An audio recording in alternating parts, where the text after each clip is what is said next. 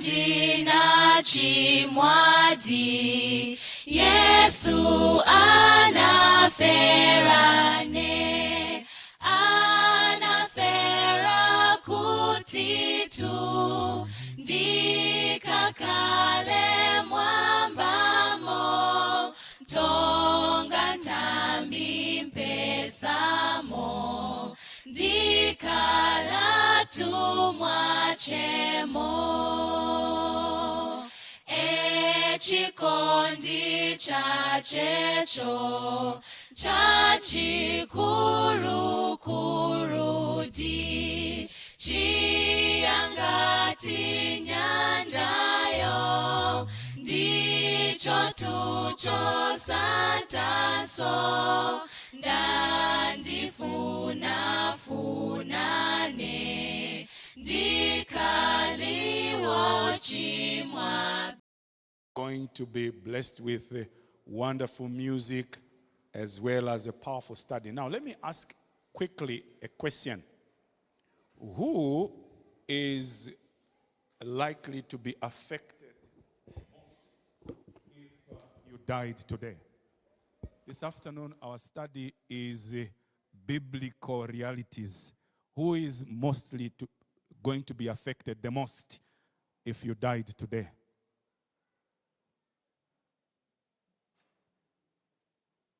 Sister Mwape? Who? Shemaiah. The first time I can harass my auntie from the front. Auntie, who is likely to be affected the most? Irina. Yeah. Elder Mulomba, who can be mostly affected if you died today? My wife. Elder. Abana nabanyina. All right. Now, Elder Kaptula, who will be affected the most?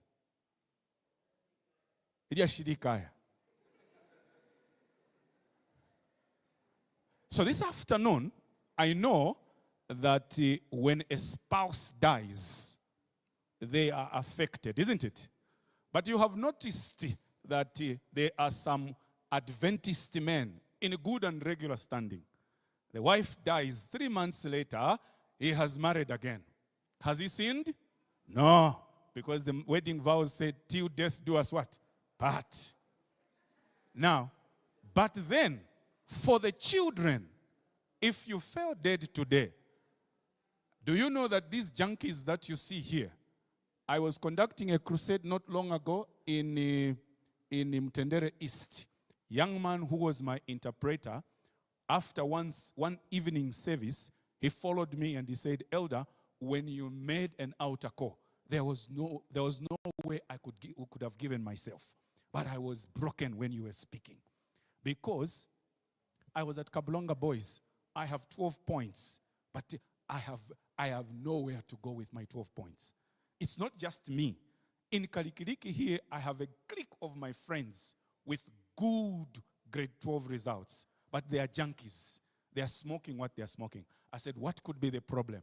He says, the effect that life can change in just a twist at the death of a parent. Just the death of a parent can change everything for a child. So this afternoon, we have a powerful Bible study by counsel and elder. The blessing of having one who is well-studied and learned, but at the same time, he is an Israelite. It means out of the knowledge of the world, he will pick what is relevant to Israel. So, elder, you are welcome. Speak to us. He's talking to us on the subject of how, upon death or divorce, the impact it has on our children. Those of you that are not married, don't marry if you are planning to divorce, because it affects children seriously. Those of us that are married, love the one you have married and stay there, isn't it? The problem we have, especially men, is that we are married but still available, which is causing a lot of confusion. So when you marry, know that now we kaka epela mpaka mfwa. So elder is competent to handle this subject, and he will handle us as a church thoroughly. So please ask questions as parents and those that are preparing. Here is the man of God ready. Elder Sokoni, the church is ready. Talk to us. How do you welcome Elder Sokoni?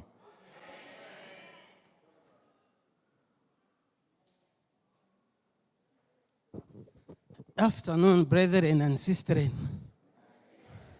How was your lunch? How was your lunch? We put it down? Okay.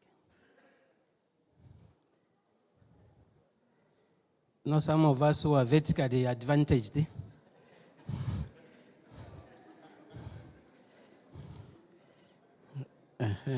Thank you, Deacon Mayuka. Okay. This afternoon, I want to coordinate the discussion. All the solutions, all the answers will come from this side. And I just mean that. Now, let me have, how many pens do I have here? Okay, let me have 4 volunteers who will be very quick secretaries. There are certain points that we have to take note, and then we'll, okay. So you can distribute the pens, not only the pens, then also the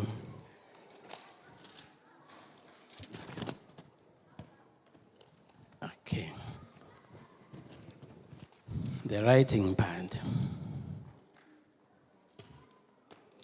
So this afternoon, as already announced, we are in a society where institutions have been established just to help a child, and other institutions just to help women especially. We have the Legal Aid Board. We have heard about it.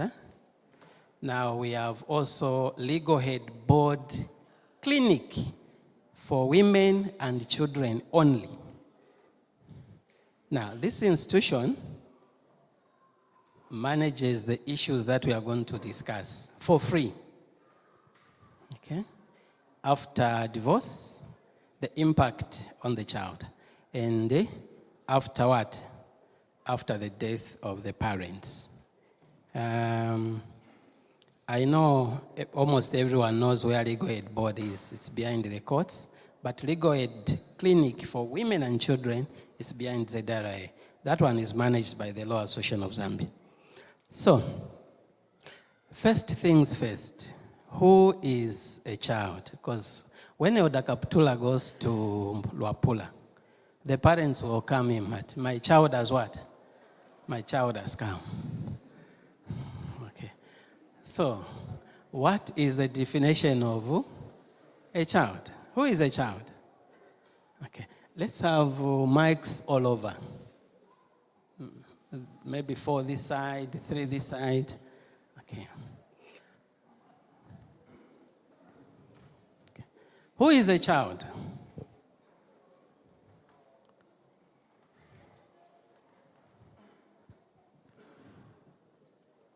We are looking at the right of the child. Who is a child? Mm-hmm. How many? Okay, there is a hand there. How many are coming from social welfare? Social welfare office? Okay. These people help us a lot. They prepare certain reports that we are going to discuss this afternoon. Okay. Okay. So there is a hand there. We want to define first the child, and we want to define who is a parent.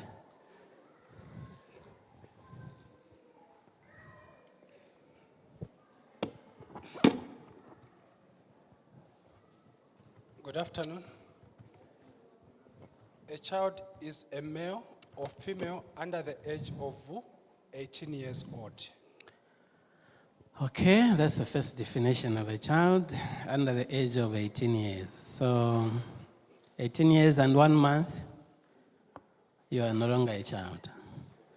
Okay, that's the first definition. Yes, there is another definition here.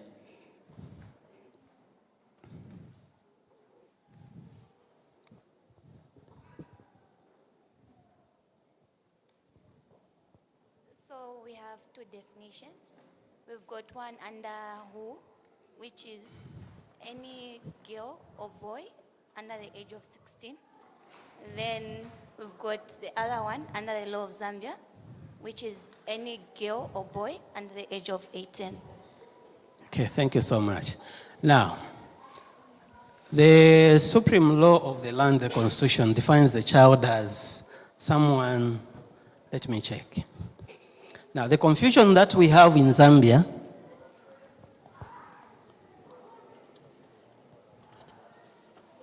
for the purpose of marriage, who is a child that you can't marry below the age of this?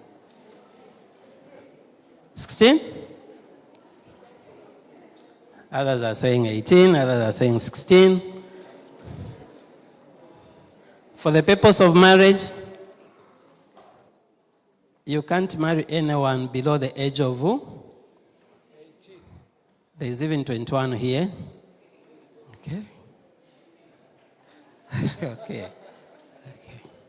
So about 3 answers. For the purpose of marriage, we have 18, we have 16, we have 21. Okay. For the purpose of our criminal justice system in terms of defilement, the child should be below the age of, pardon? 16? Consensus? Okay. And for the purpose of committing a crime, there is a certain age who can't commit a crime, even if he picks a knife and hammers me. That's what age? Pardon? 12? 13? 10? Pardon? 7? 6? Okay. Elder Kevin, you need to harmonize those issues. Okay. Now, this supreme law defines a child as not for any purpose. This is a general definition. Now, just read this. A child. What's the definition there?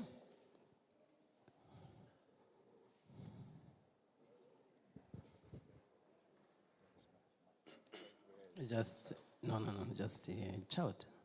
What is it? Yes. Definitions, whether they say article or clause or section or paragraph, but 266, in this constitution, unless the context otherwise requires, child means a person who has attained or is below the age of 18 years. Okay, so that is, no, that is general, but not for any purpose. Okay, thank you very much. Okay, in the interest of time, let's look at the interest of the child. Parents have divorced. We will not look at the reasons why they are divorcing. Our interest as a church, our interest as the state, our interest as officers of the court is to look at the welfare of who? The welfare of the child. Okay, now that the parents have gone separate ways, what do you think should be the interest of the child? As a church, what should we protect? Why should we be concerned? Or what should we consider as we protect the interest of that particular child? Parents have gone separate ways. Okay? Where will the child be? The basic needs of the child. What are those basic needs of the child? Number one, these are things that we know. Number one, the shelter. Who is going to have custody of the child? Now, secretaries, I hope you are taking note because it is too broad to just say custody. There are things that we are going to consider. Because when a person divorces, or when you divorce, it is not of right to have access to your child. Did we pick that one? It is not of right to have access to the child. it is not of right to maintain the child. It is not of right that, yes, mwana wandi, I will have maintenance, custody, education of the child. A child now becomes a government trophy. Boma has to take interest. Okay? Where will the child be kept? Boma has to take interest. And we have to assess where will the child be, what kind of education, what is it going to be eating, where is it going to be sleeping, okay? Right. So the first was the custody of the child. In considering the custody of the child, after divorce there is an application called custody of children. What are we considering now?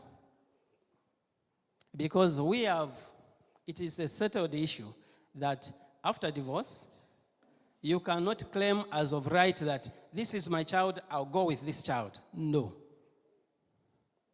We have to consider certain interests of the child. Certain factors must be considered before we grant custody to you. Number one,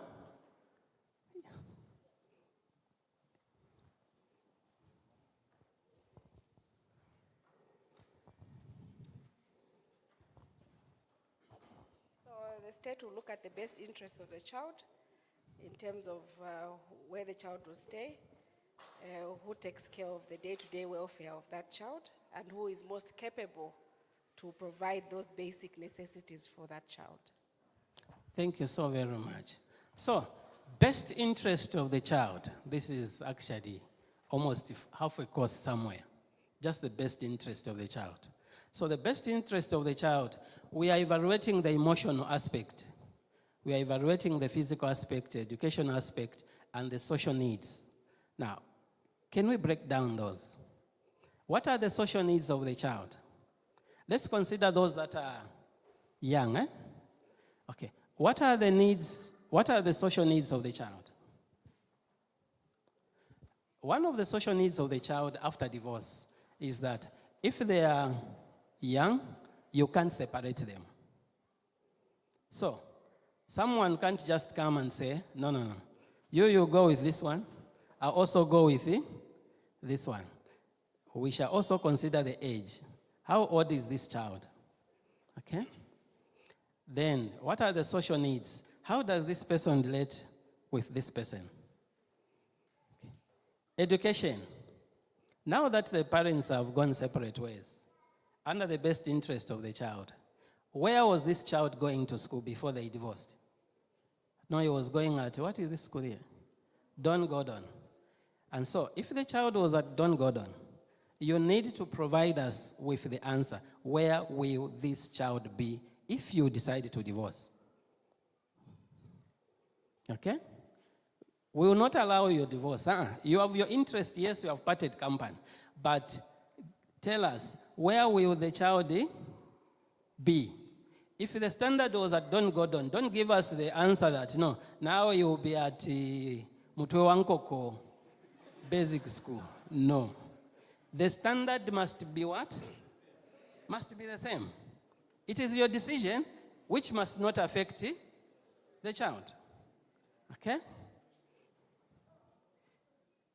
The age and the needs. Who is going to nurture this, to provide the care? Here is a child who is 3 years. So, who should provide the care to this child? 5 years. 5 years. Who goes with the child?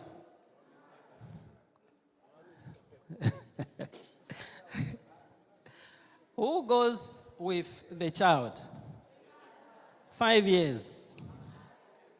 The mother. I want a contrary view. Okay, justify first why the mother.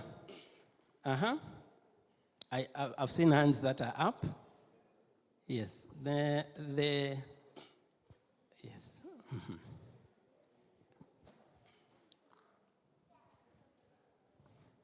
Why should we grant custody to the mother?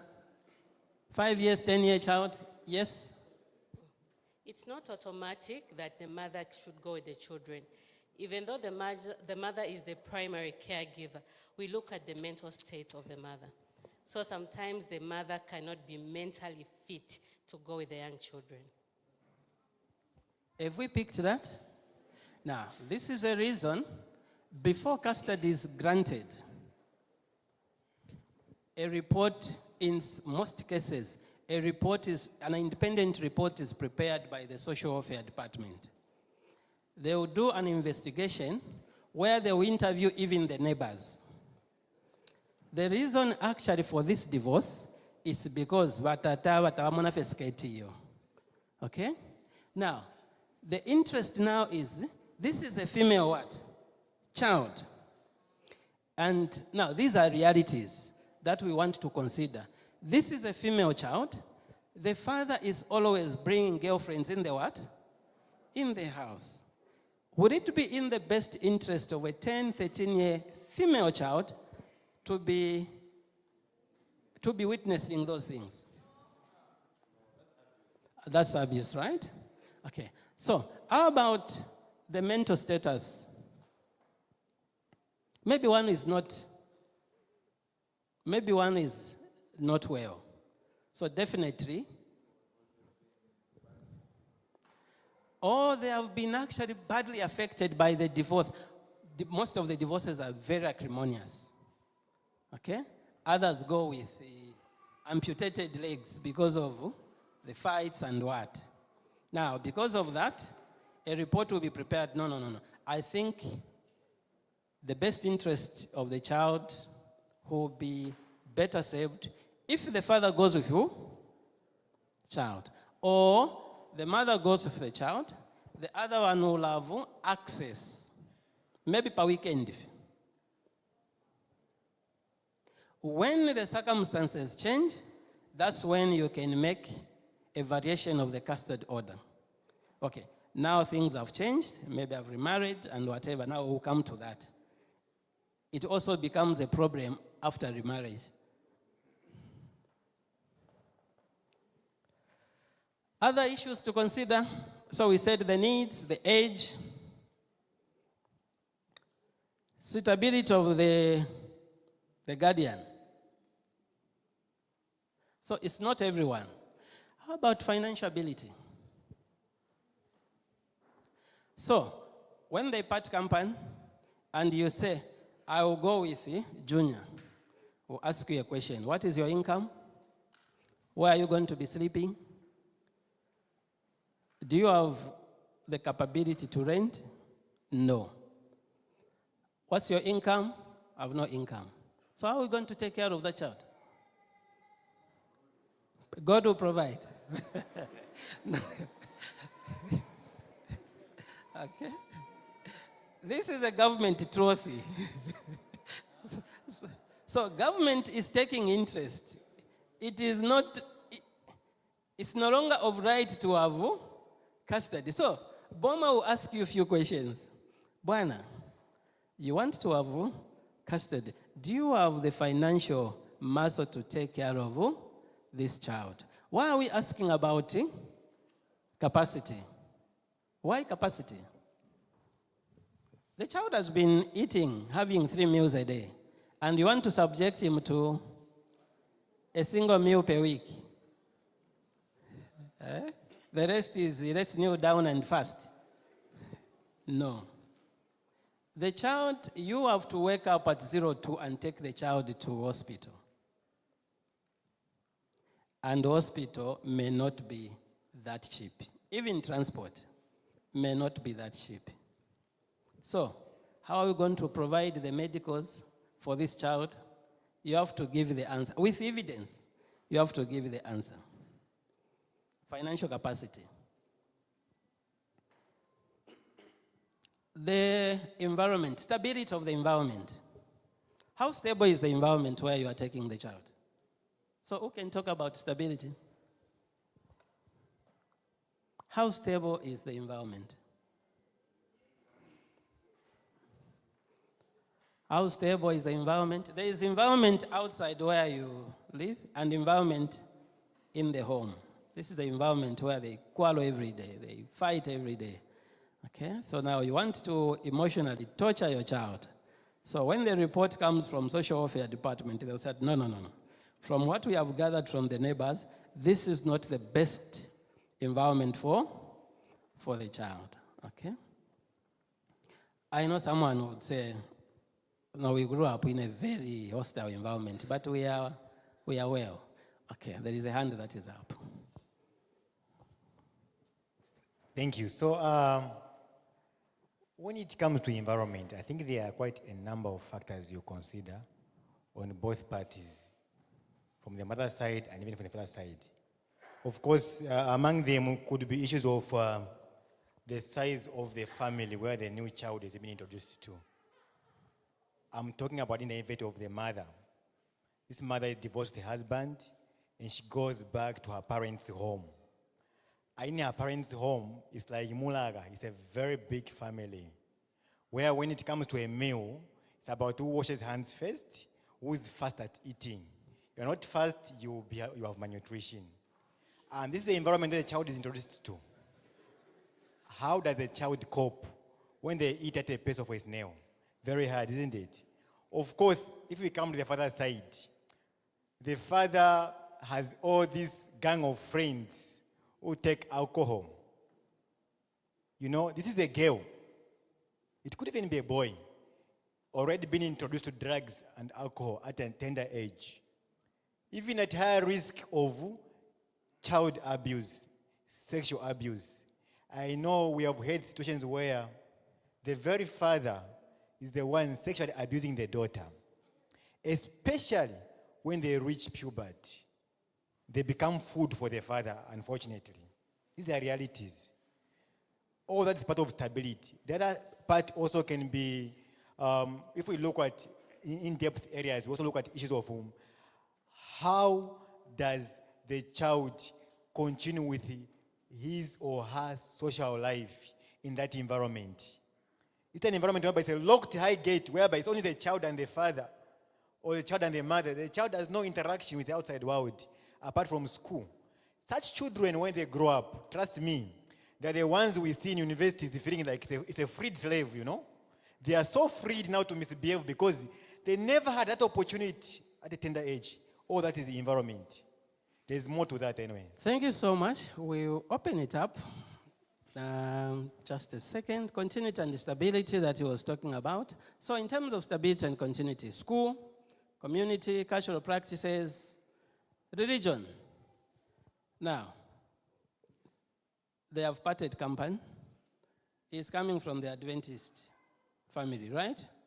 Where the mother goes, they are Catholics, eh? Or where the father goes, they are hostile. The likelihood that the father will always be busy with the errands and whatever, and the child will become a Pentecostal. Okay, so we want to know, what is the religious environment where you are taking this child? Okay, so we've talked about school. How about the bond? Is it true that some children are more bonded to the mother or the father? As the case may be. Is it? Yes. So how do we know? Because the bond also will tell that this child, I think, will go with the father. This one will go with it. Then the other one will have access to. Or it will be joint custody. So how do we establish the bond? Parents, guardians. How do we establish the bond? No. Now I want to know from the parents. Not those social welfare reports. Maybe they are telling lies. The parents are here and the guardians are here.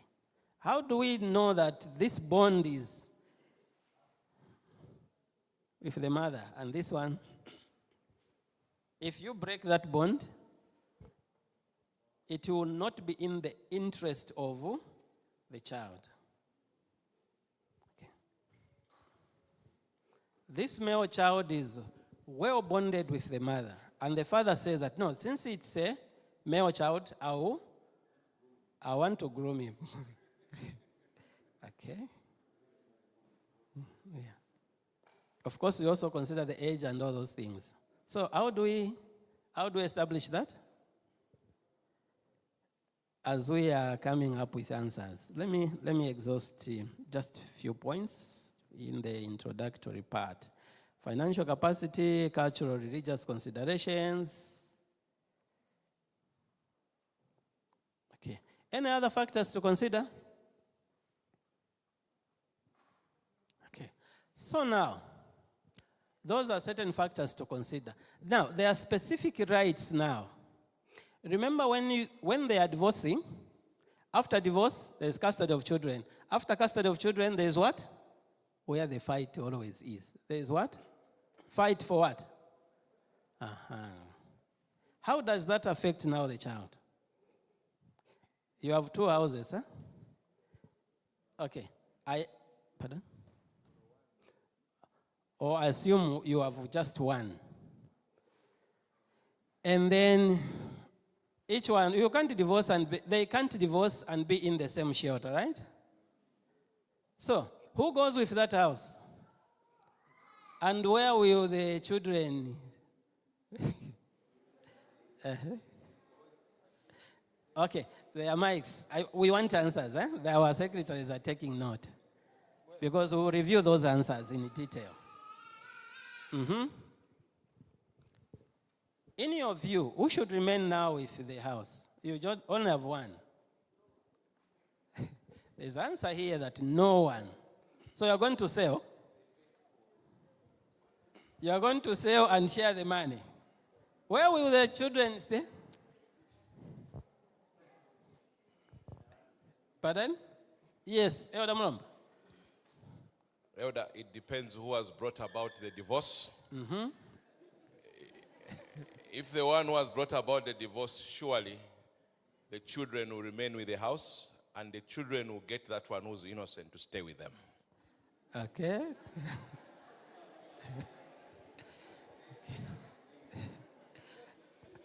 So that's a first submission.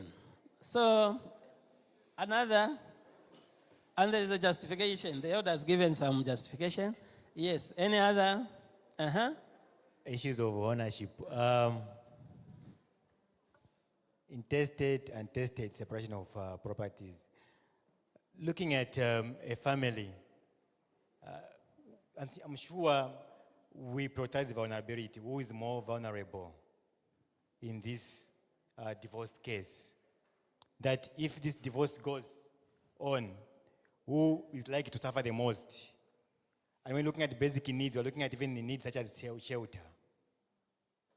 The father has a good paying job, we can afford rent. The mother literally was a housewife, unfortunately. And probably they can only survive on selling tomato. The court must be fair enough to look at who's more vulnerable.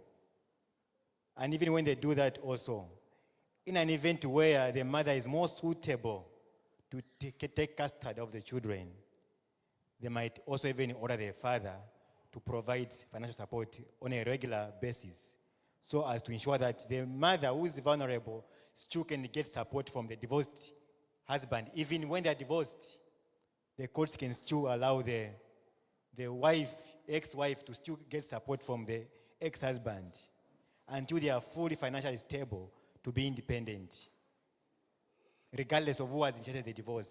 Sometimes the wife can initiate because of continued abuse from the husband, and the only survival on way forward is to divorce, what they cannot end up being killed. Thank you.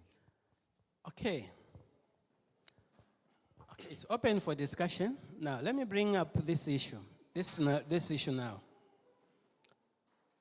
People have divorced. An application for custody of children or child done. And now there is a property settlement, right? Now, the property settlement, the law is considering who made a substantial contribution to the acquisition of this property. Okay? Now, it's different. We'll come to death. The law is different when you just divorce. Okay? Among other things, the law is considering what is it that this spouse contributed to the acquisition of. Okay, so if we are sharing, we have to consider, of course, did he contribute in kind? Okay, Elder Samboko was working, the sister was not working. Okay, so he could only work if she remained at home taking care of the children. So this is substantial contribution in kind. But financially, it is him who did what? Contributed. It is a subject now of interpretation by the court. Who goes with a higher share? Now the question is, the court is considering who goes with a higher share to the detriment of who? The children, right? Okay. Yes. To the detriment sometimes of the child. But of course they would consider also, okay, you'll have custody of the child, you'll have this and this and this. Now, when you give me, let me give you this hypothetical scenario. Okay, one house, Mr. Sokoni, the other house, Mrs. Sokoni. Mr. Sokoni goes to remarry, right? Mr. Sokoni does what? Remarries. After remarriage, Mr. Sokoni dies. The surviving spouse did not contribute to the acquisition of that property. The law changes. Now, these are realities, brethren and sisters. The law now has changed. This person is a surviving what? Spouse. And as a surviving spouse is entitled, and you die without a will, and the surviving spouse is entitled to what? Now, forget about those 20% parents, what? Those only apply where there is no house. You first put aside the what? The house for the spouse. For life, maybe until she remarries. We are getting it, huh? Now, look at the assets that you acquired for the benefit of the children, how they are being what? How they are moving, huh? Because of your decision to do what? To divorce. Okay, let me pause there, okay? Okay, let me start there.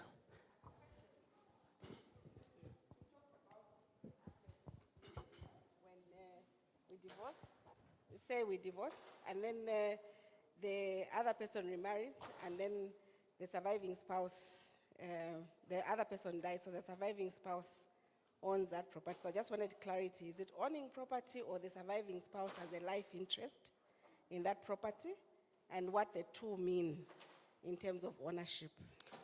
Okay, the life interest, Elder Mwemba, you can address that one.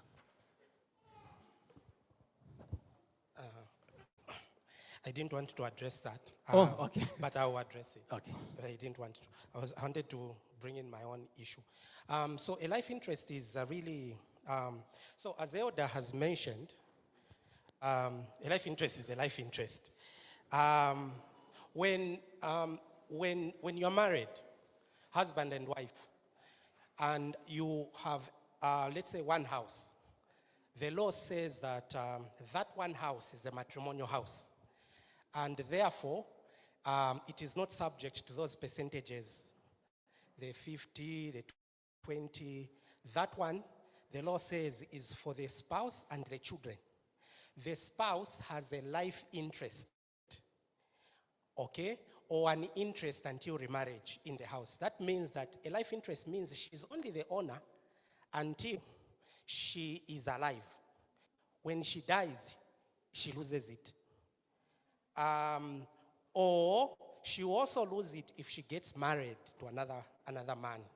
So she's only the owner until as long as she's single. I don't know if I've answered it. That then raises another question, which is, can she sell? Legally, you can argue that she cannot sell because she only has a life interest. Sorry? Oh, that's what you wanted to hear. Okay. Now, I wanted to comment, my elder, on the issue of this. Okay, this I've topic. seen the hands, yes. This topic first. for me emphasizes one thing, that divorce is not the right way to go. The reason why God says he hates divorce is because of these very problems we're talking about here. I don't know, I think the elders may have experienced it in terms of, because of the long years that they've lived. Divorce just messes people's lives. One, children start suffering because they cannot stay with two people at the same time because you've divorced. So they have to be with one party or the other party.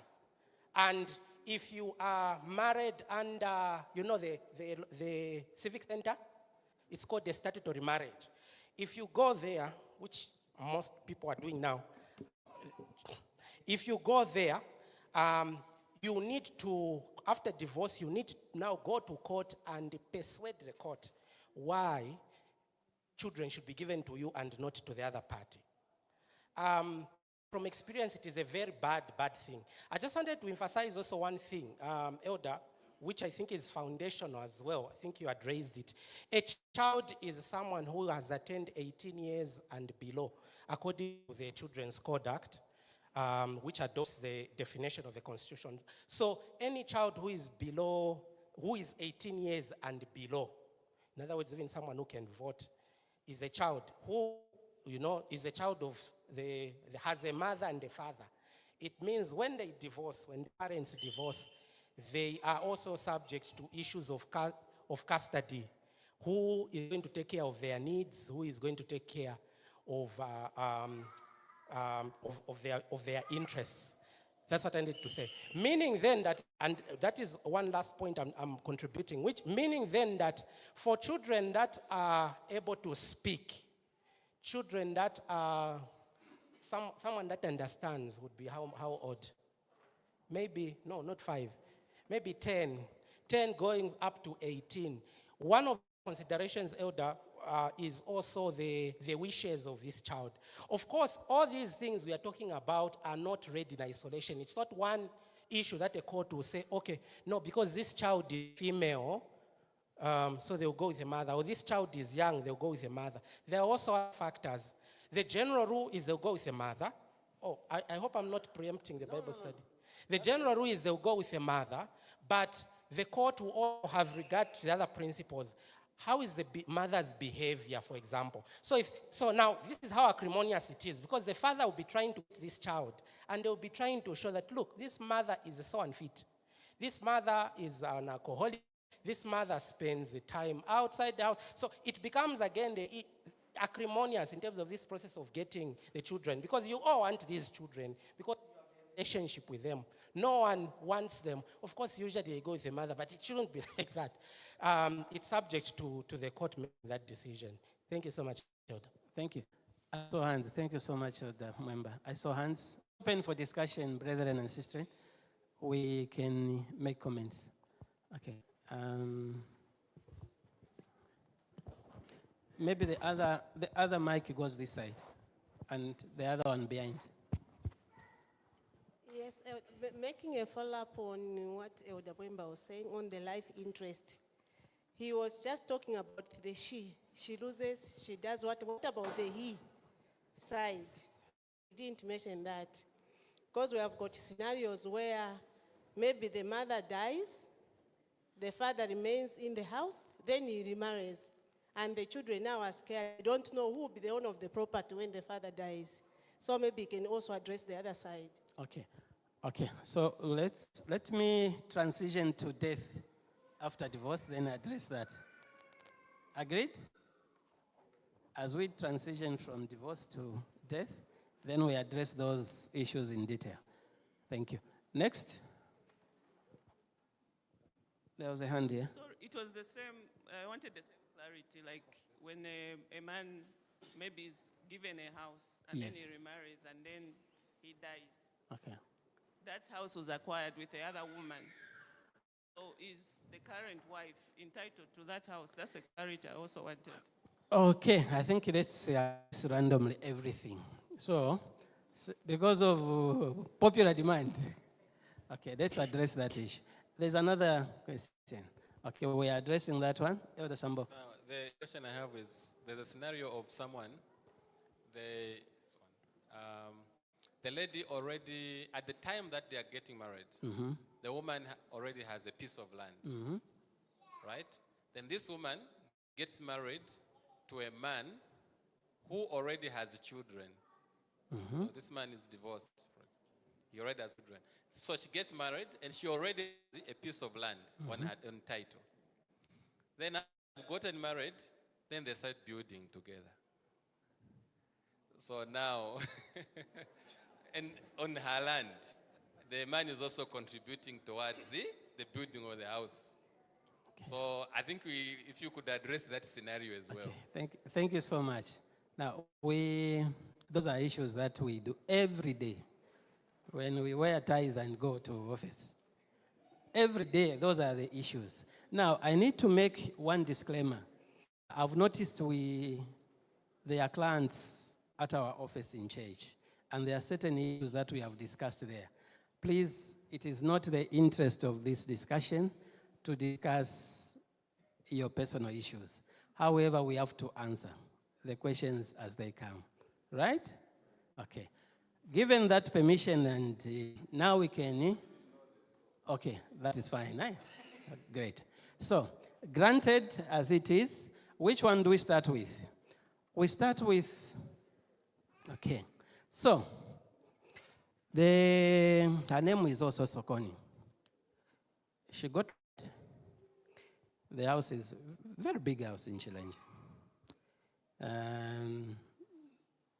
The wife died of this man, then got married to my cousin. After marriage, what happens? The man also dies, okay? So, the claim by her is that I'm the surviving what? I'm the surviving spouse. And as a surviving spouse, I'm entitled to the life interest in this what? This property, right? Now, the father to our brother-in-law came from the village and said, I wish I could say it in the language, okay, I'll use English. It was more interesting. Okay. So, my son suffered with the wife and not you. So we are giving you 90 days to do what? To vacate. And then wherever she consulted, no. I'm the surviving what? Spouse. And whatever he owned accrues to me. So, what happens in that case? How do we resolve that? The deacon here says that kuya kwa mununga.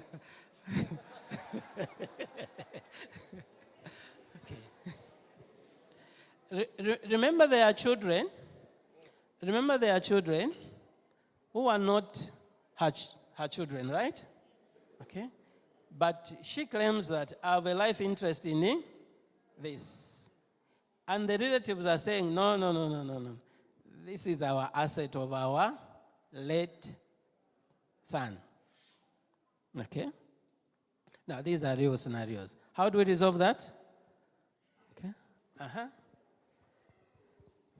How do we resolve that? Yes. I think, tell us what the law says. Okay. Because there have been so many, like personally in my family, there have been so many experiences and which have gone different. We've resolved them in different ways. But what does the law say? What is the correct way of resolving such issues? Okay. So, what is the position of the law in that case? Who is going to attempt? Yes.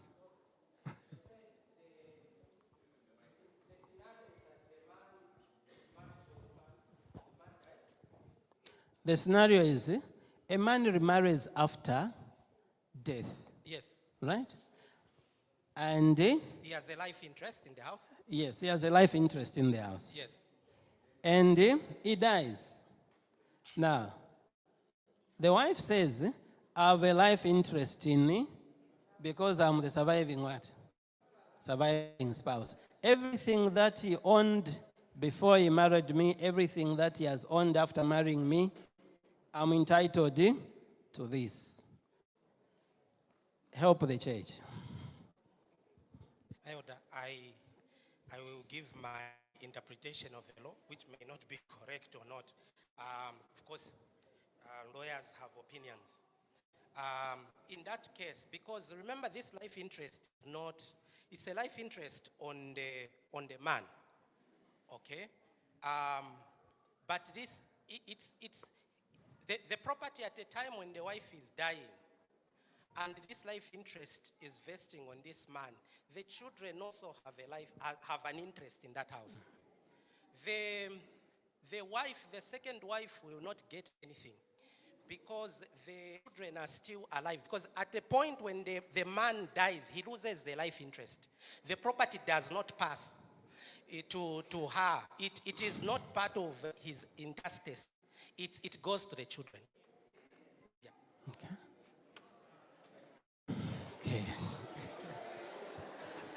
Sister Musanji. Elder, Yes. my concern is when he was explaining at first, he used the wife and he said the wife, if she's to marry, she leaves the house. Now, why should the man be allowed to marry whilst in the house? The man also should leave the house when he marries. My elder, sorry. My elder, sorry. In fact, sorry, church. In fact, my mother is right. Remember this interest in the house, it loses under any of the two conditions. Remarriage, you lose the house. Or death, you lose the house. So the first event that has happened is he has remarried. He has lost the house. It goes to the children. She's right. But in this case, okay. But in this case, at remarriage, the man does not go and find another house. Okay. And no one bothered to follow up that. No. You have remarried. Because if you come to me and say, you have remarried, you have lost your what? Your life interest. Wait a second. I spent money on this. What are you telling me? Okay, now you can answer. Yes. Yeah, and I think that's why earlier on I was asking about ownership in a life interest. Because these are the challenges that come. One thing is that you pass on ownership. When you have a life interest, you own that property. So you can only pass on what you own. The man did not own that property, so the woman cannot inherit. Yeah, you only pass on what you actually own.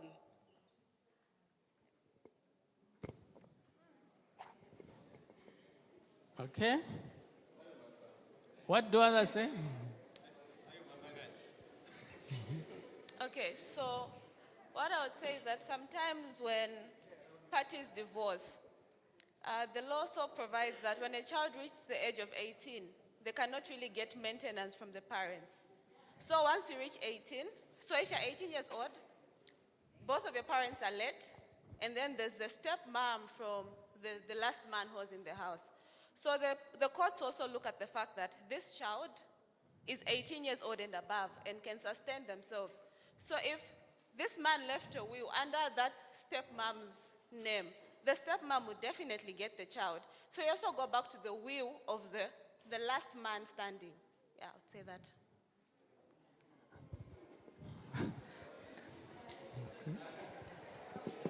Our secretaries, are you picking those? Because we have to provide the answers. Okay, yes.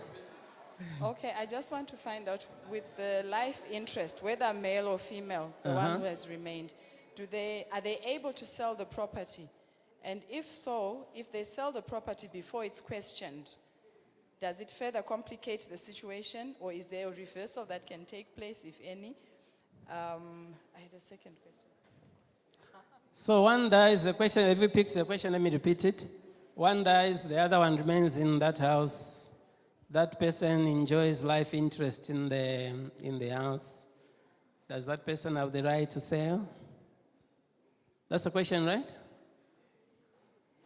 And that person who has life interest is actually the title holder. Can he go and borrow over it?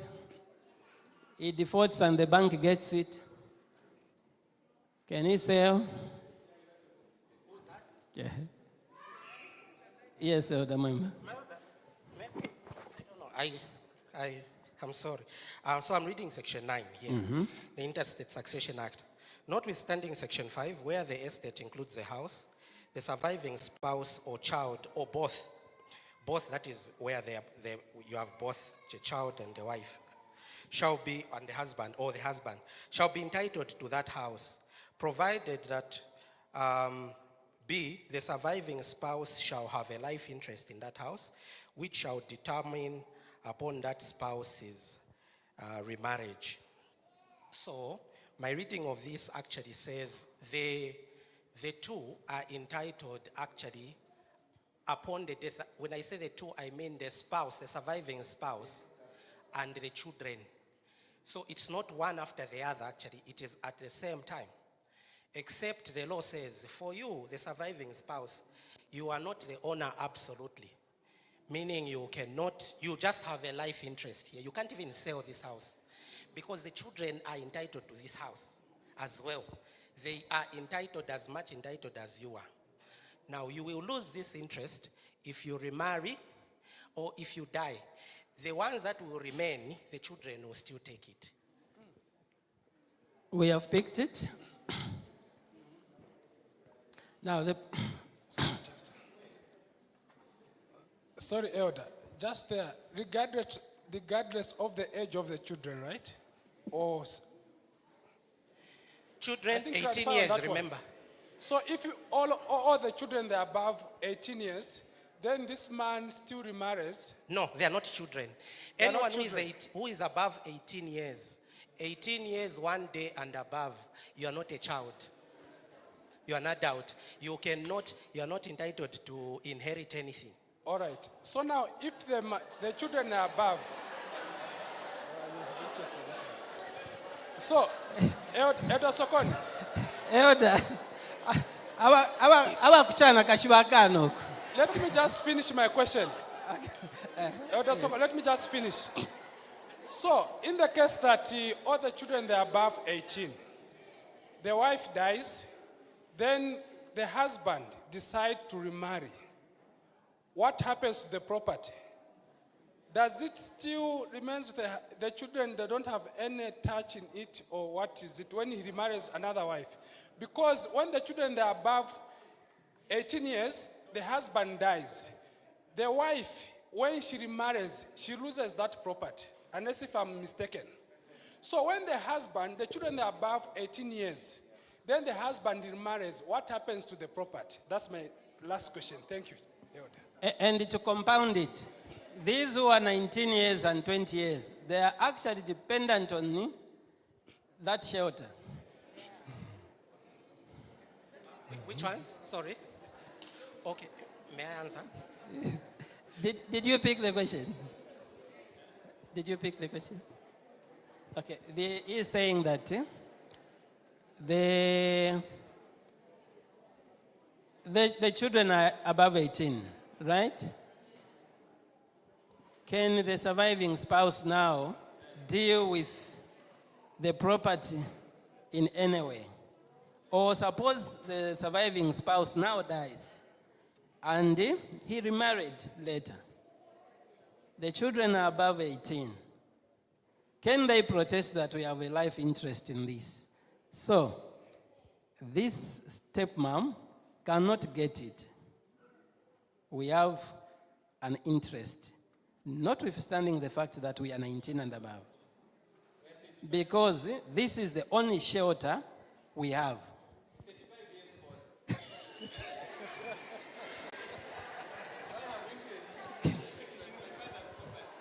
I need hands also from this side. Okay, I've seen the hand.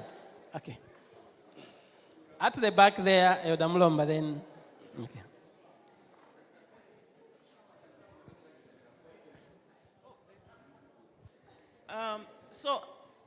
Okay, I'm not a lawyer by profession, but I'm very interested in law because of the situations I've passed through.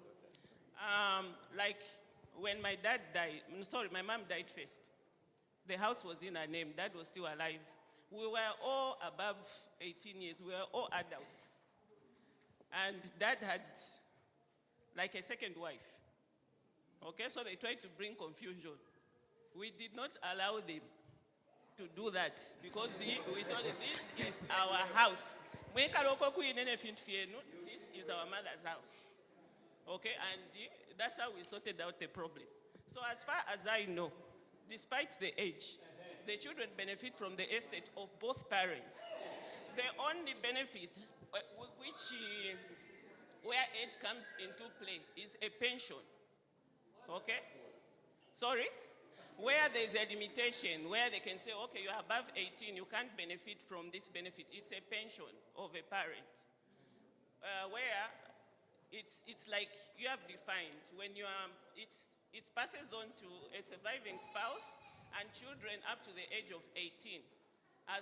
It doesn't matter whether the child is in schools or not, as long as you are 18 and below, you benefit from the pension payout of your dead parent. For those that are above 18 up to 24, 25 years, as long as they're in school, they're also allowed to benefit from a pension. After that, you're not allowed. That's the only benefit that I know. That where it says 18 years and above, you can't benefit. But from any other property, money, finances, as long as you are a child of somebody who has died, you are entitled to a share. I stand to be corrected. I'm not a legal person, but that's what I know. So, for clarity, let me summarize so that we address that issue. There is a definition of a child, or in this case now, there is a definition of a dependent. Remember when you die without a will, a definition of a dependent is not the dependence that you have, no. A dependent now becomes the what? Your spouse and your children and those who depended on you. The parent is not, the definition of the parent includes those who brought you up, those who educated you. Okay? So, can they drive a benefit when they are over 18 years? Remember, we are looking at the definition of the child and the interest of the child. They are saying that, look, wait a second, I'm 20 years, I can only I should derive a benefit from this house because I have to finish school, I have to have shelter, and other assets that my dad left. But this is a father who remarried, right? And the person who he remarried also comes with the legal position that, no. You guys are above what? All these things belong to me. So, let's address those issues. We have the answer there. I've taken note. Thank you. The first submission. Okay. Sorry, Odamulomba. Quickly, very brief, then Odamulomba. So very brief, again, coming back to definition. A child defined in terms of age, less than 18 years, and then also defined in terms of development stage, physical and emotional development. Also defined in terms of who's father the child or mother the child. Even if you are 70 years and your father is 100 years, he will still call you my child. So you're still a child to him, even if you're a grandfather to some people. And so, with that background, now we come to the issue of will. What kind of will is in existence? No. We let's not talk about a will. Let's address first what is on this part. Okay. It's so very straightforward. Straightforward if there is a will. So in terms of inheritance,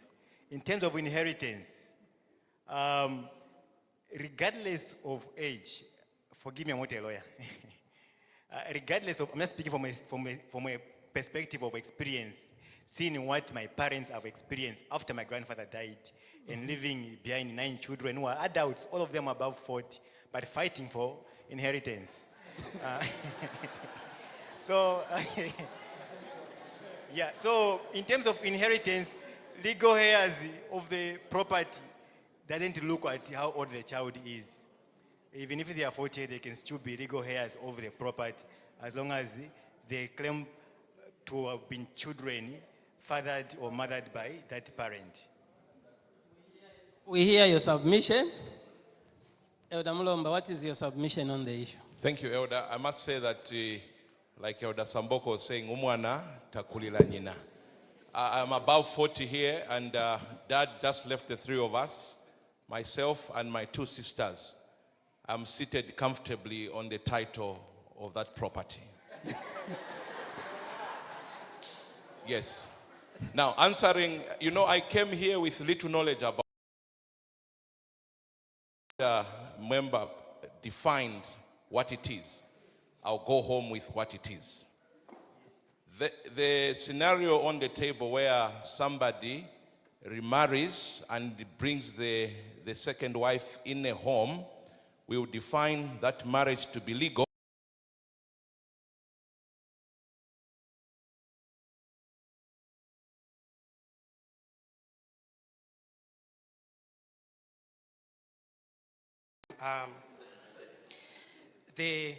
It appears there is some misalignment, and of course, this is true in terms of the practice and also in terms of the law. We've been emphasizing about issues of wills because of this. A child under the Interstate Succession Act, where you don't have a will, is 18 years and below. A person who is above is a dependent. Even if they are a child, they are treated as a dependent. So the only way they will inherit is not when there is a matrimonial house, the only one. That one, they are not a child. The only way they will inherit is that 10% that comes.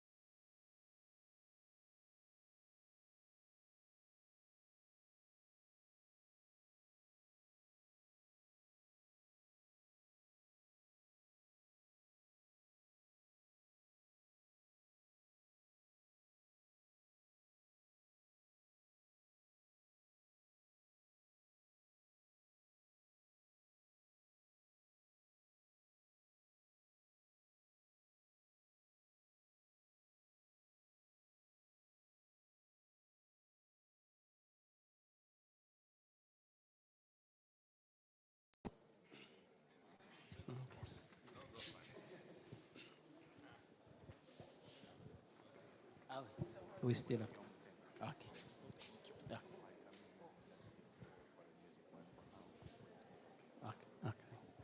Okay, in the next, whatever. Yes. It's a question? Okay, there's no one there. Okay, let's address the other question. Now, this always comes up. Oh, okay. Okay, there's a hand there, then Elder Siazund.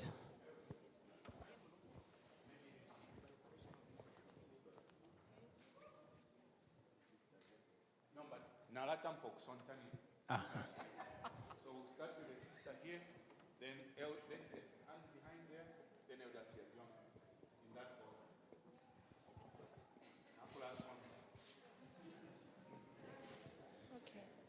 I want to be educated on the welfare of stepchildren. So a scenario of two couples get married, then the wife comes in with 2 children in the marriage. So in a situation where the wife dies, what happens to the stepchildren below the age of 18?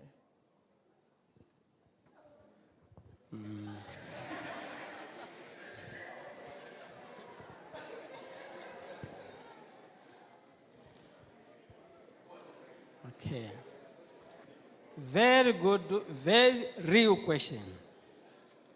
That question is very real.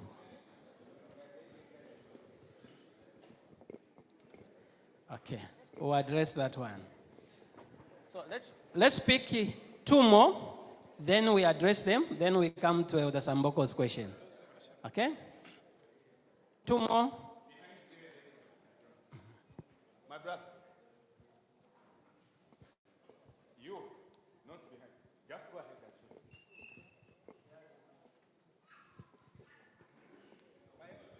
Just speak mindful. We'll hear you.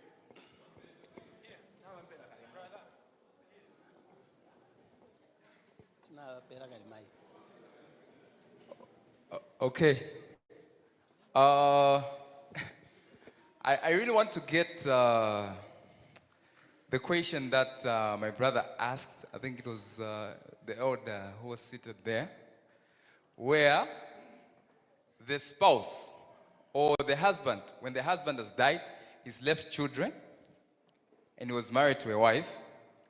The ownership of the ownership is not transferred to the wife, according to the law.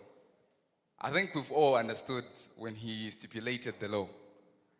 So the house, if it was the house or whatever estate, does not go to the wife because according to the law, the house belongs to the children who are have a lifetime interest.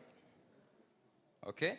Now the question is, if they're above 18 years old. No, maybe before you ask, I think you picked the wrong part so that, yeah. I'm very attentive. The first part is wrong. Yeah. No, okay. What I want to say is... So rewind the first part. Okay, let me rewind the first part. Just go straight to the question. Okay. Okay, the question is, if the children are not legally, will not inherit because they are 18 years and above. They will not inherit the property or the estate because they are 18 years and above. And according to the law, they can only get 10% of what has been left from the spouse. Are we there? Is that the answer or is the question? So the question is, who then gets the ownership of the estate? Because it will not belong to the wife, because the wife was only the second wife. Okay. Then the husband has died. Then the children are over 18 years. Okay, we'll answer that one in the same order. The next question. It's me, Bayod. Okay, in an event of yeah.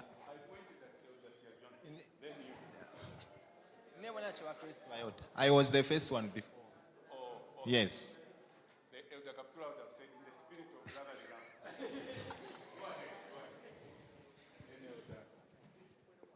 love. Okay, Bayod, in an event of, this system of having plots, we have a single mother. She bought a plot somewhere, and she have only one child. So she built a house, and she dies. So this is daughter. She have also a son. So this son, she had a son and a sister, and a brother. So these are grandchildren to the parent who died, who left the house. So as she died, these children, they're above 18. So where that property must go, should they go to the parents or the same daughter who's above 18? Let's say she's 30 years. Is she entitled of that property or the parents of that woman who dies? Okay, we'll address that one. Elder Shazanda.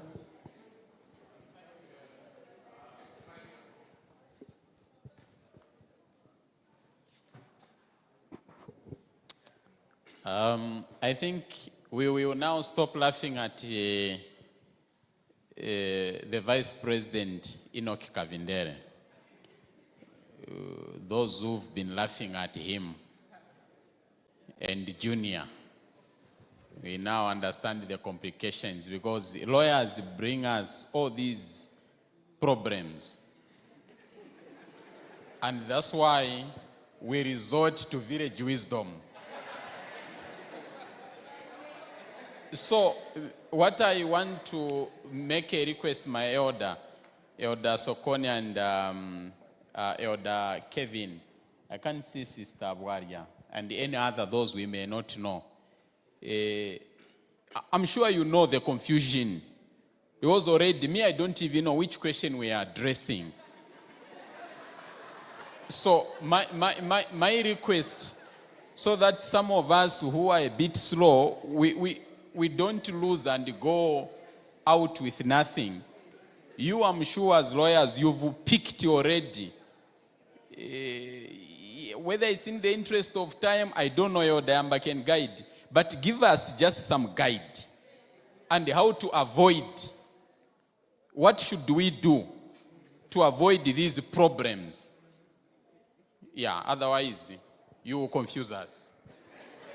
Thank you so much. So, let's start with the issue of stepchildren, right? Who dies?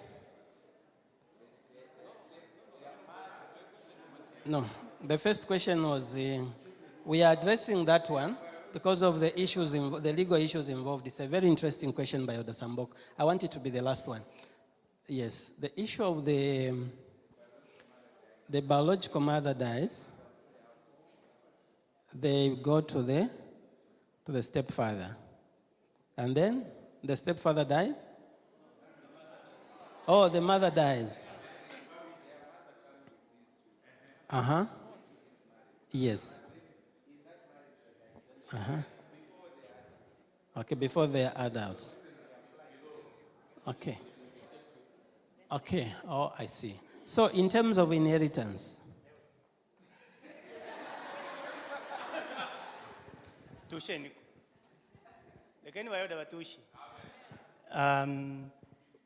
is confusion here. Yes. Now, just to make things a little bit clearer, my elder, as who make illustrations, Sani, come. Just to follow, you know, Elder Siazonda said the spare us confusion. He is my firstborn son, many of you know him. And the mother is not here. She's seated there. We take it, since he's not here, we take it that we are married and my wife has died. Are you with me? Yes. So now you have died, you don't talk.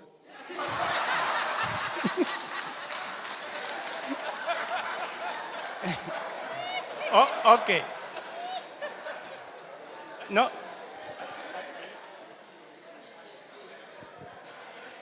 Okay. Are we together? Yes. I just wanted us to just follow as he's coming to give guidance. So my wife has died, and we have our child or son. Are we together so far? Yes. So now I have who? Life interest. No, wait. At this stage, life interest in the property is with me, right? As much as it is with? Clear? So now, here I go now. I go to marry. That's what we are talking about. I marry now somebody else. Yeah, except there's no cousin here. Okay. So, here is my second wife now. What happens at this stage? According to what you are telling us, Elder, I stay in the house and he continues to suffer with the stepmother, or I step out. Aha. Mamfa bayodaka. So now, with that, although I have that interest in a kuya bebele, we, that is what we are saying, isn't it? That is one scenario. Are we together? Okay, no, that is just what, wait there, there's some book. That is one scenario, and it is clear. Now, we come back. My wife has resurrected. Oh, yeah, it's good the pastors come. Now, my wife is here and we have our child. My wife dies. Now, this child is not 18. Those are the scenarios we are talking about. Isn't it? Yeah, this child is not 18, but 4 or 5, or just let's just say less than 18. Isn't it? And since he's young, of course, we are talking about those other issues they talked about, who's going to take custody and the like. But my wife has died. I remain alone here. And I go to marry. So when I marry, at that stage, now this one is 4 or 5 or 10, can't fend for himself or herself. That is the other issue, my lord. For his sake or for my sake, I step out and he remains? No, I stay with the mother and him. Not so? In that house. Much as I have life interest, he also have life interest. In the process, when he is 16, I die. So, that I was following those scenarios we were talking about. So I die. Now, when I die, I move away from here. So that now the stepmother remains with him. Isn't it? Uh-huh. And that stepmother now, Elder Samboko, you marry the stepmother. Now he has married the one who was my stepwife, if you like, or my second wife, the stepmother to this one. Now that stepmother is married to this man. That is what we are talking about. That's a clarity. I just saw that we can follow my elder. That's what yeah. At this stage, we are saying now, the stepmother does what? Dies. Now, these two remain. Are you with me so far? Uh-huh. And this one now chases the, is that how it should be? Uh-huh.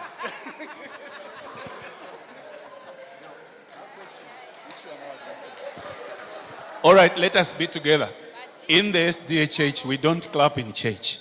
We just say amen or we keep quiet, isn't it? Now, the elder is addressing the questions. I wished someone from Family Life was a rapporteur, so that at the end of it all, we put a belt rope to all what we are saying.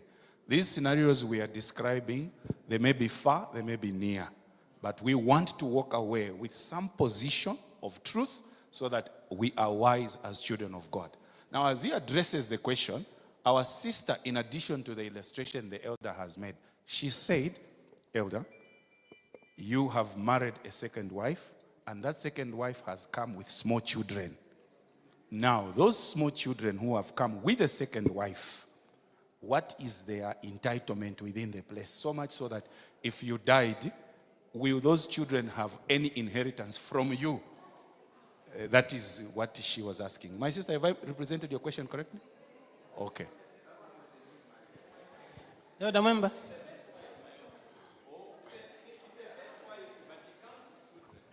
My elder, I want to run with his illustration. So, just again. So, this man, can we have a female? Mom, come, sorry. These two, sorry, elder, I don't know your wife, but these two are married. These two are married and have a child, me, right? And then, God forbid, she dies. Can go and sit. I have remained. We are saying, at this point, how many are the owners of this house? Two. There are two people who are owning the child and who? the child's ownership is not a life interest. He's the owner, absolutely. But his ownership is a life interest. Are we together? Yes. Meaning that, let us assume now he remarries. Yes. Now, let us assume, ma'am, please come. Now, yes, sorry. Yes, even yourself. Now, let us assume he has now done what? He has remarried. He's remarried this lady here. Question, who is, he has lost his interest, right?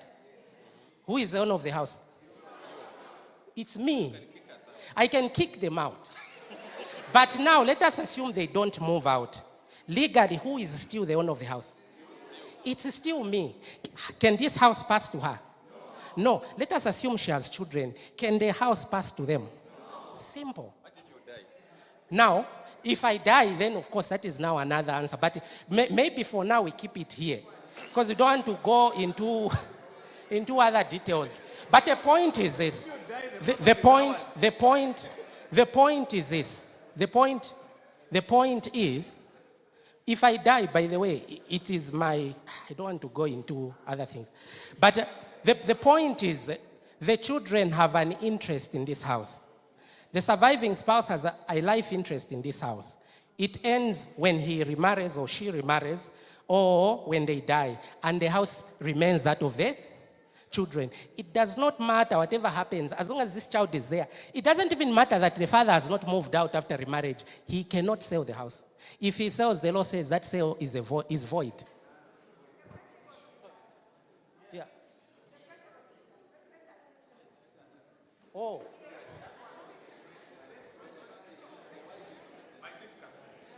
Ask your question again. But what we have picked is that stepchildren, Yes, they don't inherit a lot of that's things. the thing, yes. A lot of stepchildren are affected out there, whether they're coming from the man's side or the woman's side.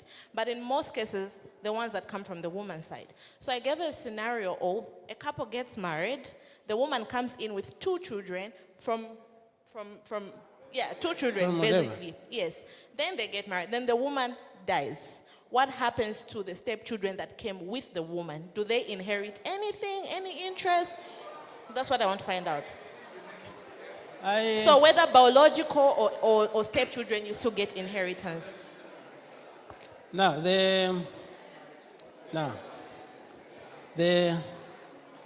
circumstances, just a minute. Now, circumstances will have their own peculiar facts, right?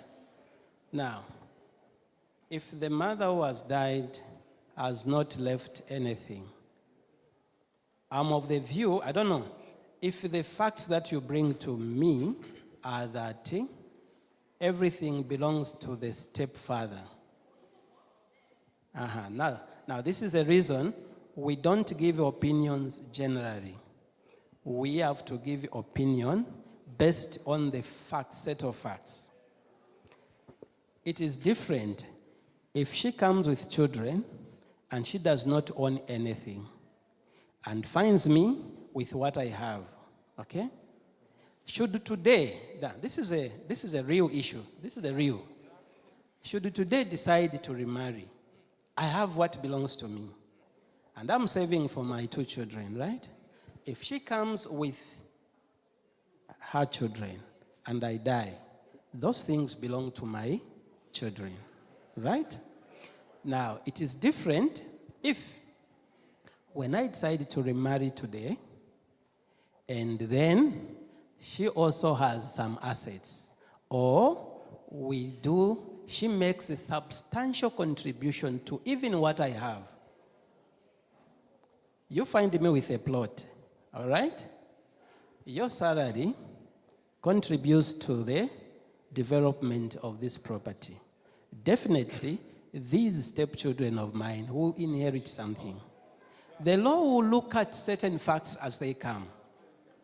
Okay? Yes. This is a reason why, much as there is no presumption of marriage. Now, presumption of marriage is those who are, we call them cohabiting. Much as there is no presumption of marriage, even if you stay for 10 years with children, right? When it comes to death, or when it comes to going apart, the law will consider those children, but the law will not consider the legality of that marriage, right? And then 2, if, say, people were cohabiting and one dies, this person will say, when we were cohabiting, I made this contribution to the acquisition of this. This person will be entitled. And good enough if this person came with what? With children. So, we cannot give a general opinion. Opinions will be rendered based on the set of facts that you bring. Okay? That's it. Elder Siazondo asked a very good question, and this is... So, no, it's Elder Samboko. Now, I find this lady with a plot. I'm gaining more income. And we start doing what? Start building. Title is where? It's in the name of the lady. These are scenarios that we have. The fights that come now after that. Then the money dies. And already has children. These children and the relatives of this man know that it is our relative who made a substantial contribution to the development of this. Right? Definitely, the children will have a share in that. Because they will say that our father built this house. Because after what? After the death of their father, it may be the end of the relationship with their stepmother. These are realities. Okay? So, they will make a claim that, look, there is evidence that our father built here. She has the legal title. Our father had equitable interest in this property. Okay, those are Elder members' issues. Yeah. So, there is an interest that the person who doesn't have title has, and there is a legal interest that the owner of the title has. Okay? So the law is very fair. Yeah. This is a reason. Now, there is a very important question that is, not that I'm cutting the discussion. Those who are contemplating remarriage after the death of your spouse or after divorce, it is beyond affection and love. Consult these issues we are discussing. Consult. At times, you may have to agree. You know what my friend did? He had a very good, beautiful houses in stage 2. When the wife died and remarried, this woman was very sharp, the second wife. Do you know what she convinced him? Let's sell these houses and build a mansion in PHI. Now, so that she has an interest in it, and us men with love. Yes. Okay. Now, the first wife, they had 3 children. And then he remarries. She came with 1. Now, do you know the prime mover, the motivation? She must have interest in this and her child. Yes. So, it is not just the issue of love. There are quite a lot. The focus is on the interest of the what? The child. How the child is being affected. If you don't consider your remarriage properly, the child will be in the street. But yet we were seeing your children being driven here. Yeah. Okay? So, any other question that we have not addressed? It's a new one. Any other question that we have not addressed? Okay, let's have maybe the last set of questions. Yes. For me, that's not a question. Okay. But it's a serious contribution that to those who are already married and for us who are yet to marry, if Jesus Christ do not come now, we should avoid by all means to build on a property which doesn't belong to the two of you. Trust me, your children will end up suffering as if, as a father, you never used to work, or as the mother. Other practical example is that instead of getting your own plot, you go and build a house on your in-laws' plot. Those are the serious mistakes which we do. Because at the court they'll ask you, whose title is it for my in-law? But I'm the one who built the house. So how are you going to separate the house from the property? So those are the serious mistakes which we make. And some of us, some of our friends, we know them. And they've had ahead to put structures on the in-laws' property, land, even on the land of other spouses, as long as we are not doing things together. When you die, but it's important as a couple to do those in the order. I don't know for now, maybe others are there. Dad and mom, they used to do joint account. Even now there's joint account. My mother, she's late. But even still now, they built a house and there's a farm. There's no problem even when she died. But it brings more confusion when me as a husband, I have the property in my name. Also the wife, the property in her name. I think we should learn from that and we should avoid such instances. Thank you, Elder. The instances will differ and the facts will differ. We may not discourage people in terms of the arrangements that they want. The only thing I can encourage is consult how you want to own, how you want to protect the interest of the children. We have a lot of people here who are creating trusts. Okay? Yes. A lot now, people have been enlightened and they have been creating trusts. So that as parents, they detach legally from what they own. They just own that as trustees for the benefit of who? The children. And the department will provide sound advice how to proceed. Okay, there was Elder Munsanji. Thank you very much, Elder. This is a very interesting study. However, I'm happy because you are always emphasized on children, but our discussion have mainly fallen much on us adults. If you are hearing property, what, not in the aspect of more of children, but ourselves. I think we need another study in another direction for adults now, for property and these other things. Then coming back to the children, we have dealt much on property. What about the other interests of their children, other basics? Because we also need to know and how much they can be protected. Thank you. Thank you so much. Other interests of the children. When we were starting, let's review the other interests of the children that we considered. Secretaries, we had 4 secretaries. 1, education. 3, 2, shelter. 3, emotional support. 4, religious. 5, a secretary. The environment. 6, continuity, stability, all those things. There are certain things that should not change. Yeah, not one area, pardon, go donut, no. Then, Chibero basic school, no.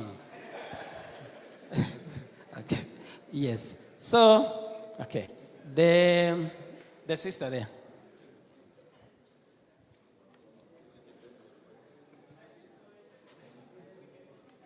The mic.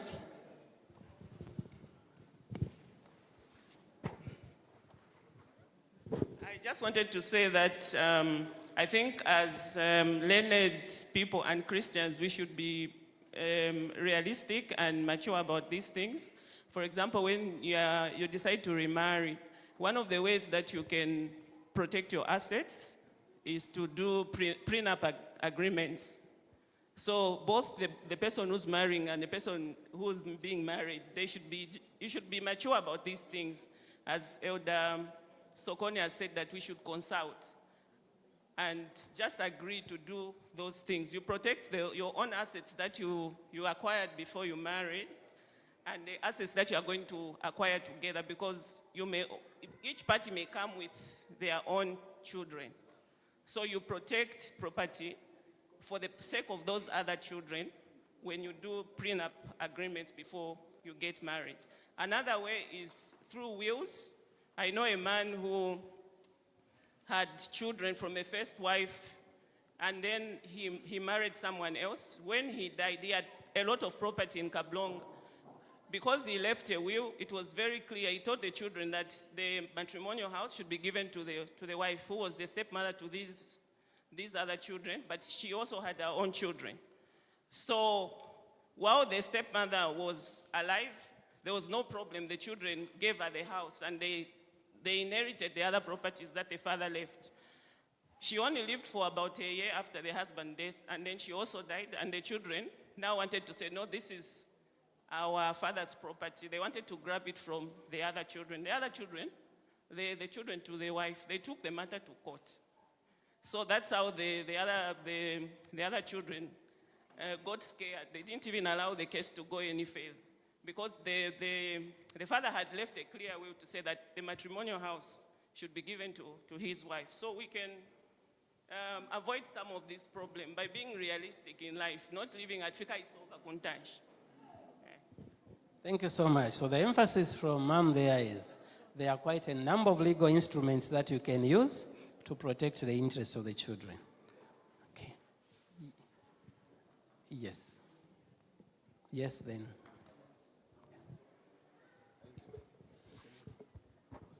I think where the problem is, I wanted to talk about the same issue that my mom has said there, and also the issues of trust that you have said.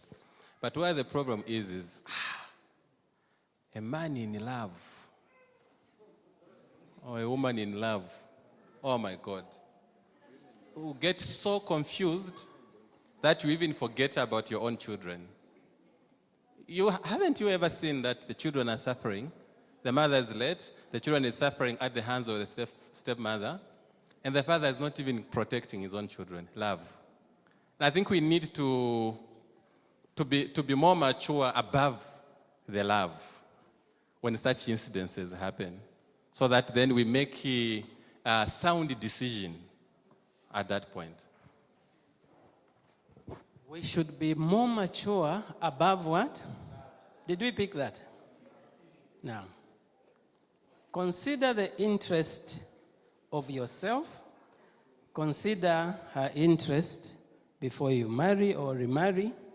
Consider the interest of our children or his children.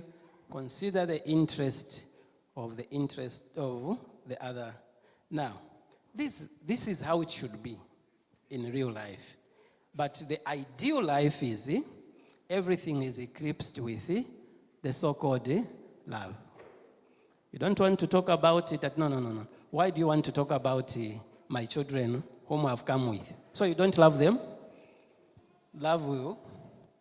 But these are discuss. Yes. Go back home and do what? Have a what? A discussion. Not that you start quarreling, no. Have a fair discussion. After that, go and do what? Consult. How do we proceed in this circumstance? They'll guide you. There was a hand here. It's me. I'll give a scenario first and then I ask my question. Maybe proceed to the question because the order will say time up. It will be very difficult to reach there. So here's a thing. Here's a man who marries. Yeah, I will try. Here's a man who marries the first wife. He has about 3 or 4 children, and then he gets the second wife. And the second wife doesn't, he doesn't bring her home. The first place she comes to stay with him, but she goes back at her parents' place. As time goes by, she also has children at her parents' place. They are staying there. And then he's also staying in his own home there, and the first wife. And they are earning properties there, they're doing everything. But as time goes by, he gets properties from home, he takes that side. How would the law look at it when it comes to the time when actually the man dies, when it comes to sharing of properties? In a situation where they actually, both of them have maybe 5 children each, the other side, from the other family, that's where his home is, but he is also married, legally married there, but it's at her place that side. They're working, and then he gets properties from the first wife, takes to the second wife, and then they are growing. They are doing their things, but when things becomes tough, he gets properties again that they are from the first wife, takes the other side. How will the law look at it if he was going to die? Are the properties going to be shared equally, or perhaps what would be the criteria? I've not picked the question. You haven't. How will the law, how will the sharing of properties be to the children? You know, okay. Even if I've not picked the question, let me provide the guidance so that you narrow down the question. Okay. Maybe you can. The law on property sharing after divorce, after death, it is not as simple as we are putting it here. And the law addresses specific questions, specific facts. Okay? So, the question may require actually a legal opinion based on the facts. Truth be told, I've not picked the question. Maybe someone can summarize it. Yes. You picked it? I'm not summarizing, but I think there is a confusion in the scenario itself. Because I think from what I was hearing him say, he did not mention that the first wife died. All of them are there. Both of them are Polygamy. there. It's polygamy. So my question that was raising in my mind was from his scenario was, is it legal? Or is the second wife legally married? Because he is already married legally to the first wife. So the second wife, basically, if you are looking at the law, I don't think the second wife is legally married. So basically, if the man dies, the one who is entitled is the first. Okay. Elder. Yes. Elder, I sort of just want us to go back to the study. We are not really talking about marriage and divorce. We're looking at the interests of the children. There is a danger in us widening the study. Maybe we can answer that question outside, if it's okay with you, brother. I think you haven't really heard my question clearly. It's the children that I'm talking about. He has 2 children.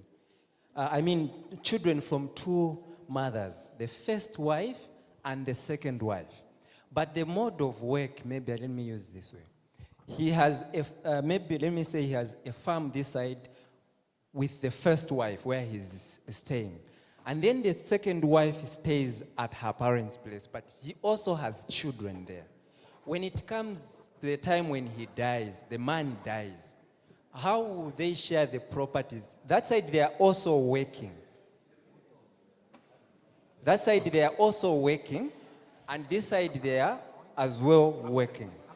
But when it comes to the time when the man dies, how will he divide the property? Will he mix the properties that he was getting from, that he was working with the family there, and the other mother? Because these are 2 mothers, but he has all of them are called his children. Okay. It requires further and better particulars. That question requires further and better particulars to address. That's number 1. Number 2, the law may not even consider whether the property is coming this side for the interest of the children. There is a specific law just to deal with that. Then also, Is that a traditional marriage? Is that a what? Now, the law is not concerned whether the child is from the polygamous what, whether the child we didn't formalize the marriage before having. It's a child. There is nothing like illegitimate child. There is not such a thing. Okay. So a child is a child. After divorce, after death. So even if he pops up at, no, when we were at Mwense Boys, this is a child. The child has come at, no. He's also a what? So the interest of the child has nothing to do with, no, my property was coming from this, my nini, what? We want to look at the interest of the child when I'm dead. What is he entitled to? What is she entitled to when I'm as a dependent or as just the general definition of a child? So it requires some further details to address. Now I want to guide the presenters to now summarize. Here is what we want to learn as we go home. We are Christians, isn't it? Both Christians and non-Christians die. Do we determine when we die? No. The question I asked when we started is, who is most affected in the case of death or divorce? And we all can agree that it is what? The children. Now, we are blessed to have lawyers who are also Christians. What Elder Siaziondo was saying, when we leave from this place, we must be almost clear to say, from a perspective of a Christian, as a child of God, when we are building a house, because the conversation sounds like we are married by a pastor, but at law, we are not even one. So my wife will grapple to have even something concerning my property. So while we are recollecting the lesson as we go out, we must know to say, as children of God, when we are building property, which one is the safest? Which one should we do so that we don't find ourselves in situations where our children are neglected? Number two, these issues may seem far away because we are alive. When they will be fighting, you will not hear for the simple reason that you will be dead. Now, the issue is we are not sure when you will be dead. Now, for that reason, you must panic. Leave this place panicking, because right now as it is, that house you have built, we don't even know. Because chances are high that when you have died, your wife will get married to somebody else. Those children, they will even tell her to say, send them to the parents. You can't come here with children. So because of not knowing what is coming, as we pray, we must be wise. As we live, we must be wise. Lawyers, we don't want you now to address us from a legal point of view. We shall come with those particulars as we come individually. Now address us because you have the knowledge of the law. So to avoid these complications, when we sit, me and my wife, we have 3 children for now. What must, going forward, the small property that we have, is it the safest way to say? Elder Siaziondo will say, in this house, Jabilo 50%. Lumba, 50%. It is safe because in an event of anything, this remains to the children. What manner of men ought we to be? Having these complications you have seen in the law, so that as we go home prayerfully, because today Elder Munsanje, they have 7 properties, and all of them, they are in Elder Munsanje's name. There is going to be a very serious church board in their home after this conversation, because all the houses right now, they are all in Elder Munsanje's name. Sister Munsanje, am I in Ndambagabotwa?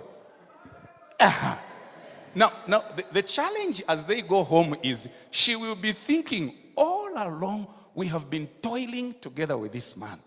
Tomorrow, my name will not even be anywhere. It will not be mentioned. So while we love God and we want to do the best, from you, Christian lawyers, give us something wise that we can do so that we are not unwise. I don't know whether that will summarize what we want to hear. Okay.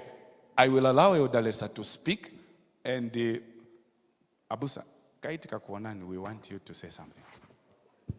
I hope this issue of property, Pastor, even the shepherdess can be affected, because your brothers are not pastors. That we are not dying soon. So Elder Lesa, come through, and then we will have our presenters package the lesson so that as you go, for you who are not married, pick these strongly so that what they will recommend to us will help us. Thank you, Elder. I'm not quoting from the Constitution. I want to quote from the Bible, from what has been discussed so far. Psalms chapter 49. And I think part of what I wanted to mention after reading this passage of scripture, thank you, Elder Yamba, you have summarized in your statement. Psalms 49, this is the song of the Psalm of the sons of Korah. It is sung to the chief priests, and the title of this psalm, which has the 20 verses. The title says, "Earthly riches will not last." Now, verse 1, the Bible says, "Hear this, O ye people. Give ear, O ye inhabitants of the world." Verse 2, "Both low and high, rich and poor together." Full stop. Now, I can proceed reading this, but just in case in verse 1 and verse 2, where there is an emphasis, hear this. And while the discussion was going on, perhaps me and Elder Amuni, we kept asking ourselves, where are we and what is the take home? Thank you, Elder Yamba. You tried to speak the way we needed to have this. But maybe my point is, I like the way Elder Sokoni opened up the discussion. We were all free to actually discuss our minds. But as we were free to discuss our minds, my request would be that the moderator, who is Elder Sokoni now, will be able to say, having said all this, hear this now. This is what you need to go home with. So that when I'm asked, what is it that we were learning? I will not say, when I die, the property is this. So then the question will be, so what did you take home? When you die, what will happen? Or when your wife dies, what will happen? Or what will happen to the children? My plea is that, although sometimes the Elder Sokoni can be very technical, the discussion may just, end like this. But my prayer is that you give us direction, Elder Sokoni, on what we were discussing, because the Bible says, hear this. I'll read verse 10 also for the interest of what I've said, because I am having challenges to hear this as per the instruction of the Bible. Verse 10 says, "For he sees that wise men die." Elder Yamba, this is a reality. This lesson is reality. Wise men die. Likewise, the fool also do what? Die. And the brutish person also perishes and leave their wealth to others. So while we are alive, we are talking about wealth here, property. I think it is in best interest that who do we leave our wealth with? We need to be guided and so on and so forth. So my plea is, I am just asking for a summary. After all of us have spoken, and let me use this word, after all of us, maybe apart from the learned councils, because we are not quoting from the Bible, but the learned councils knew maybe what they were talking about, not despising our contribution. After everyone else has spoken our opinions, what will be the summary, the take-home point, so that when we walk out there, we will say, today we were learning about this, and this is the take-home. I submit, Elder Yamba. Thank you. Do I take it that we summarize now? Okay. So, the interest of the child. A definition of the child has been given, and the definition of the parents, which includes the guardians, right? There are quite a number of legal instruments that we can use to protect the interest of the child because of the divorces that are there, which are not sparing even the Holy Ones of Israel. Because of the death that is inevitable. And so, I don't know now in this case if we have to start listing what you can do, or individuals have to choose which one they should settle for. Others have settled for wills.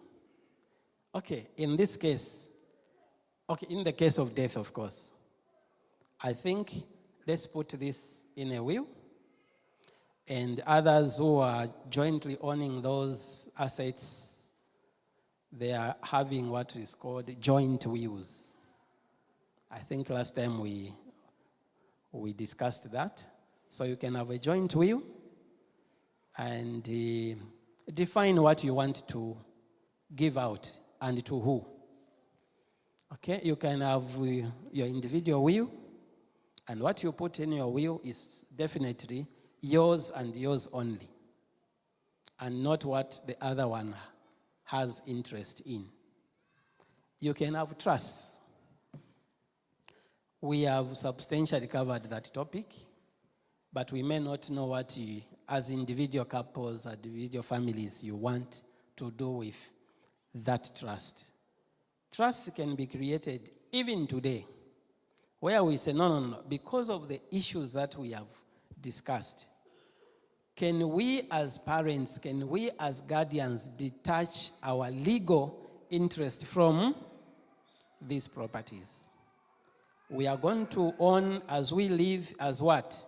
Trustees. For the benefit of the children. And the beauty of that, even if we are gone, they will not sell. What I put in a will, you have given me. I can decide to sell. That is another thing. But in a trust, you can have a sound trust deed where you put spanners such that it will run like a company. You are gone, Colgate-Palmolive is still there. Thomas Butter, when did he die? Long time ago. Those were Adventists. Okay? Let's not talk about who are outside there. Elder Ngongati, what's this?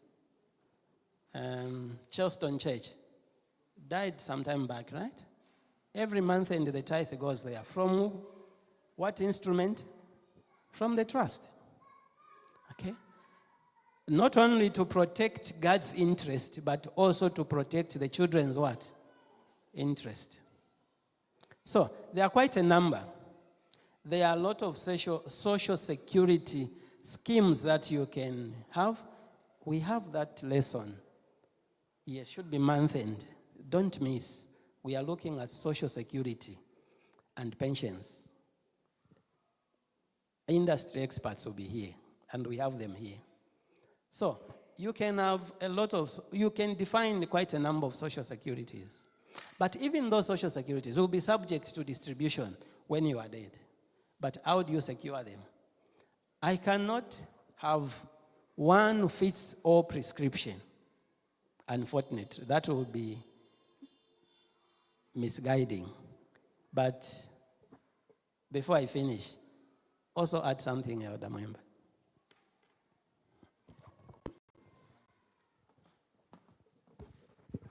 Okay, so in terms of just to bring the lesson home, I think the lesson is number one. If we are to take it even earlier, we all have responsibilities to our children. We are responsible for our children. We need to take care of them. The law and God expects us to be responsible for our children in terms of their education, in terms of their support, in terms of their housing and everything else.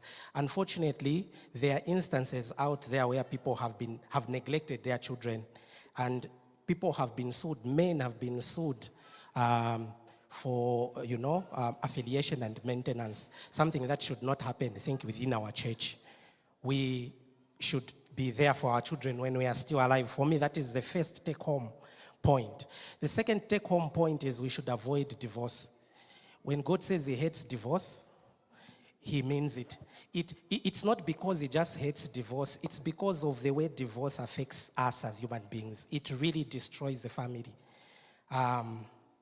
We are talking about many things. The things we're talking about here are things that are real. Properties that you acquired together, you now have to sell so that you can share the money. Children now have to be separated. The family is just destroyed. Happiness is taken away because of divorce.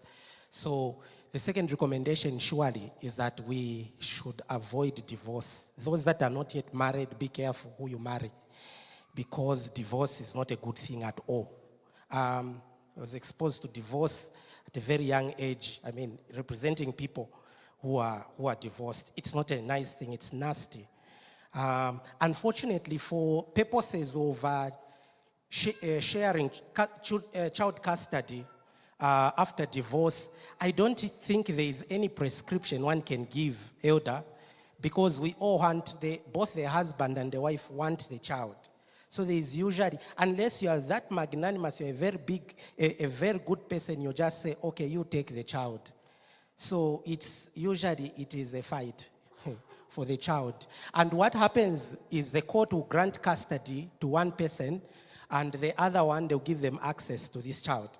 That is what happens in most cases, although there is also joint custody, although how it works also, it's not very, very nice. You find the child will be with this parent during school terms, and the other parent during school holidays. Again, something that is very nice. So that is not nice. So it's difficult, my elder, to give any prescription about what to do when there is a divorce, other than maybe seek the church and maybe see the lawyer. But when you see us, then it means you want to fight.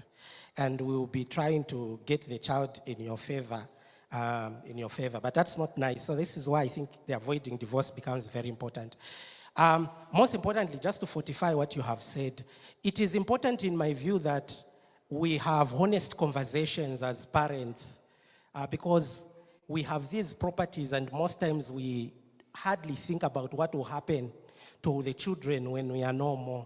So it's these illustrations, just to tie them, the illustration of the husband or wife having a life interest and the child, those things, they are in a law. But what happens in practice is different.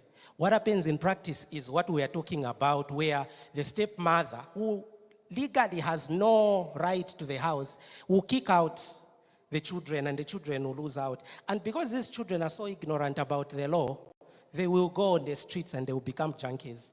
So this is why I think this session was also meant to empower us to say, no, look, this thing that is happening is wrong.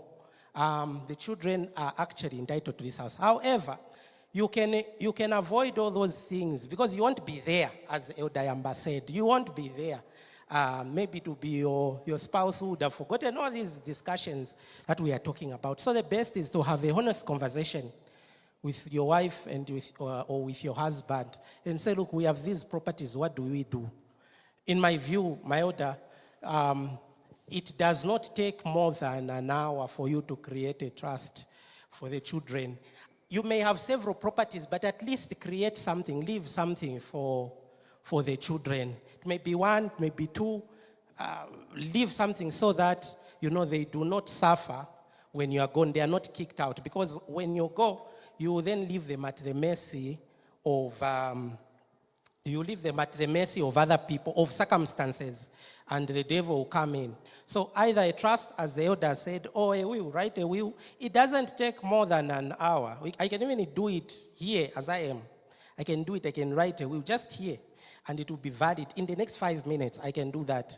Not because I am an expert, I'm a lawyer. No, of course, I know the requirements, but it's because it's easy. It's easy for one to do a will. But we neglect these things. For me, they are very important. We need to look at the interests of the children. I think that is the take-home lesson. Thank you so much. Thank you so much. That was a summary of the Yamba. Go and have frank and honest what? Conversations, right? Yes. Now, let's go beyond what I call the sweet nothings, Yeah, I know people who are married, those sweet nothings. Let's go beyond that. We have honesty, frank what? Conversations, yes. I think you're pomperere. What do we say? God is wise, too wise to err. Where I was seated there, one of the thoughts which was running through my mind is that I think civilization is failing us. Because in the villages where we're coming from, these are very easy matters to deal with. Number one, there is no stepchild in the village. There is no orphan. Now, you and me are in trouble because the town that we have come hunting for has its own problems. These ones we are discussing here, these are problems of rich people. If you have just a jacket in the village, you are working hard to feed your family. When you die, the uncles are already saying, this one is already in grade 7. He's coming with me. This one is already ready to get married. We'll support you to continue farming. This one, continue with what you're doing.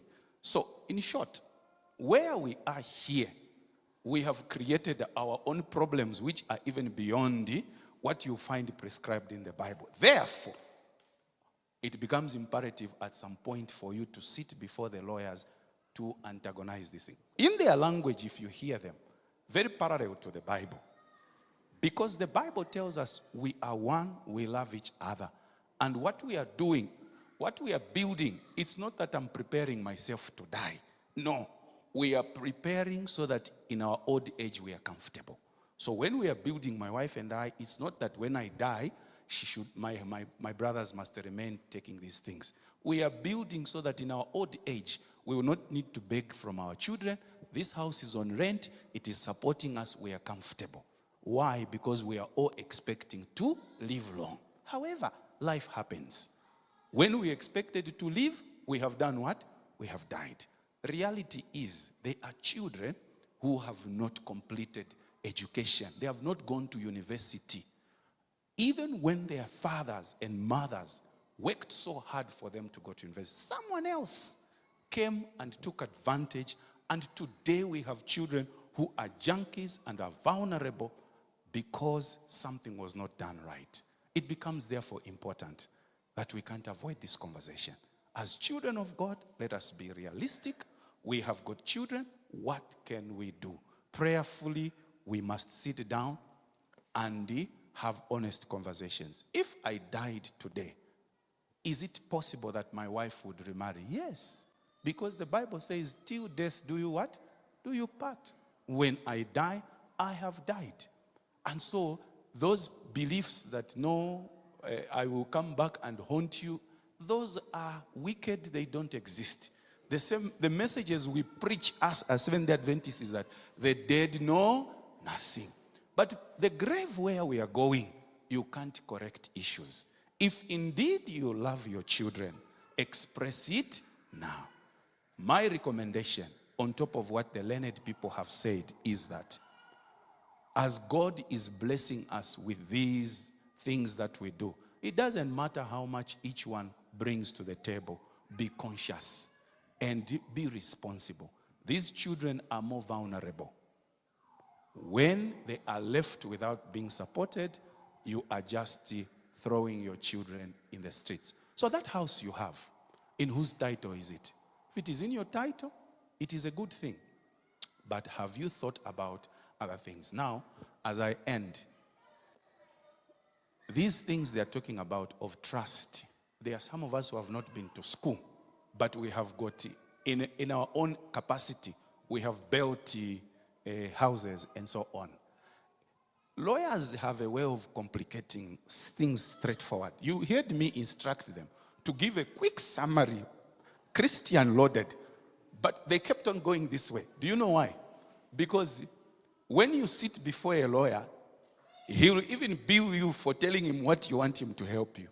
So Elder Sokoni cannot give you one answer because Elder Hamuni's needs are different from my need. it is again a problem we have created ourselves for coming in town. So we must solve it. We must humble ourselves at some point, find Elder Sokoni's office. He will bill us. That is part of town life. Elder, find a way. I hope you have Christian rates, even for brothers and sisters who are not in big offices. Mule kwata kutumitengo tunakile. Pakwe bati, all of us can have access to you. Kuli pila.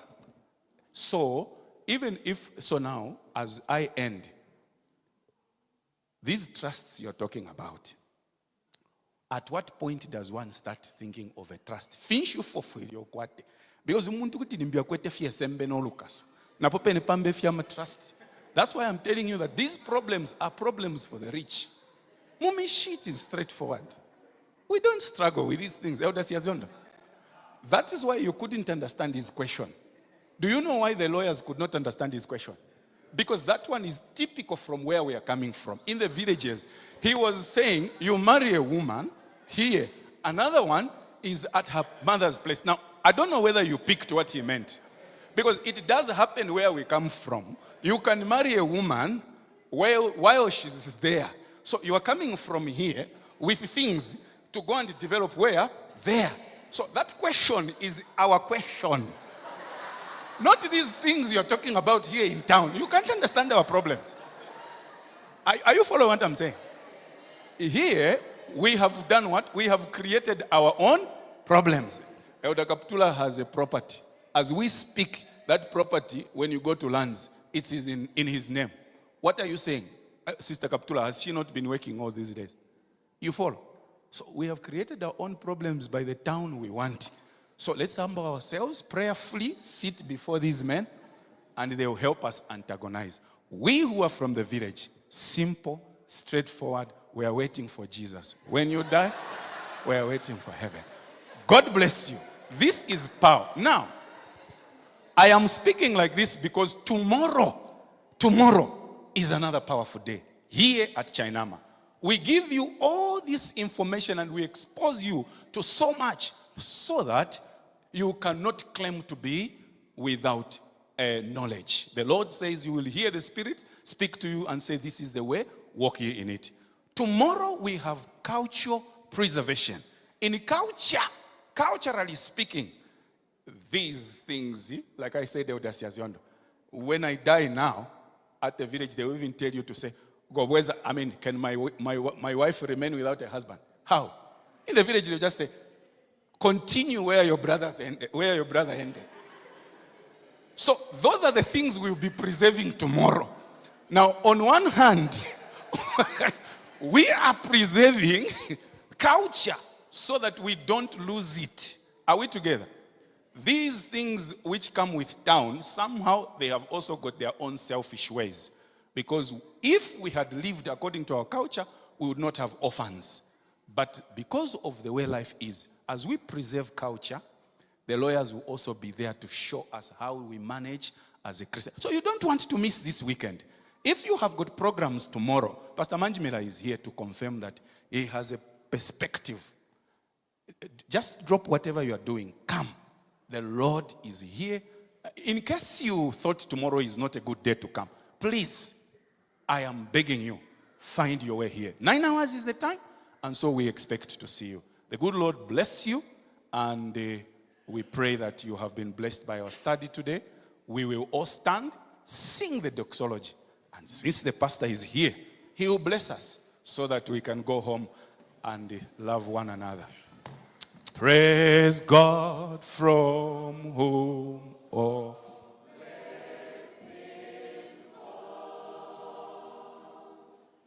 praise Him, all creatures,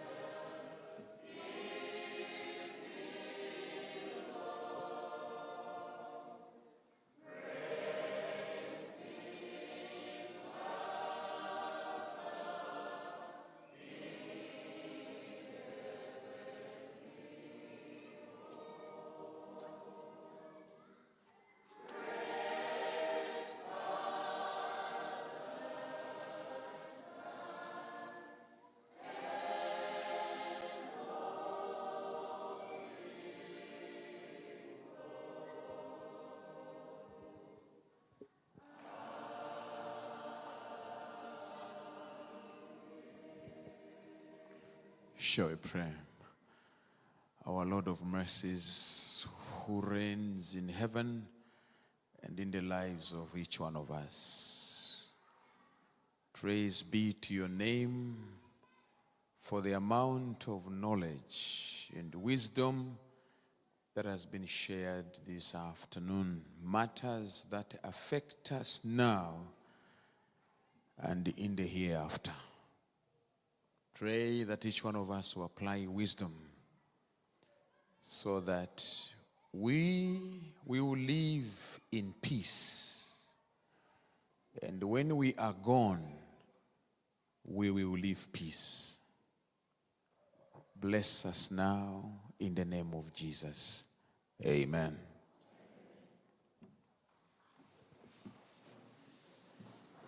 Thank you. Just a few reminders. As the sun is setting, the elder in charge is Elder Akombwa. We can reach out to him for anything that would like to inform the church. Or at 04 every day, we have prayers going on. You do well to join in and be a part of the program. And then on Thursday, don't forget, from 6 in the morning to 6 in the evening, we are fasting over lunch from 1 o'clock to 2 o'clock. There is a lunch program that is running. So see you tomorrow, and God bless you. Elders, Elder Lesa, are there elders remaining? Okay, no. All right, thank you so much. We can, I said Elder Offer, lead us in a song as we disperse.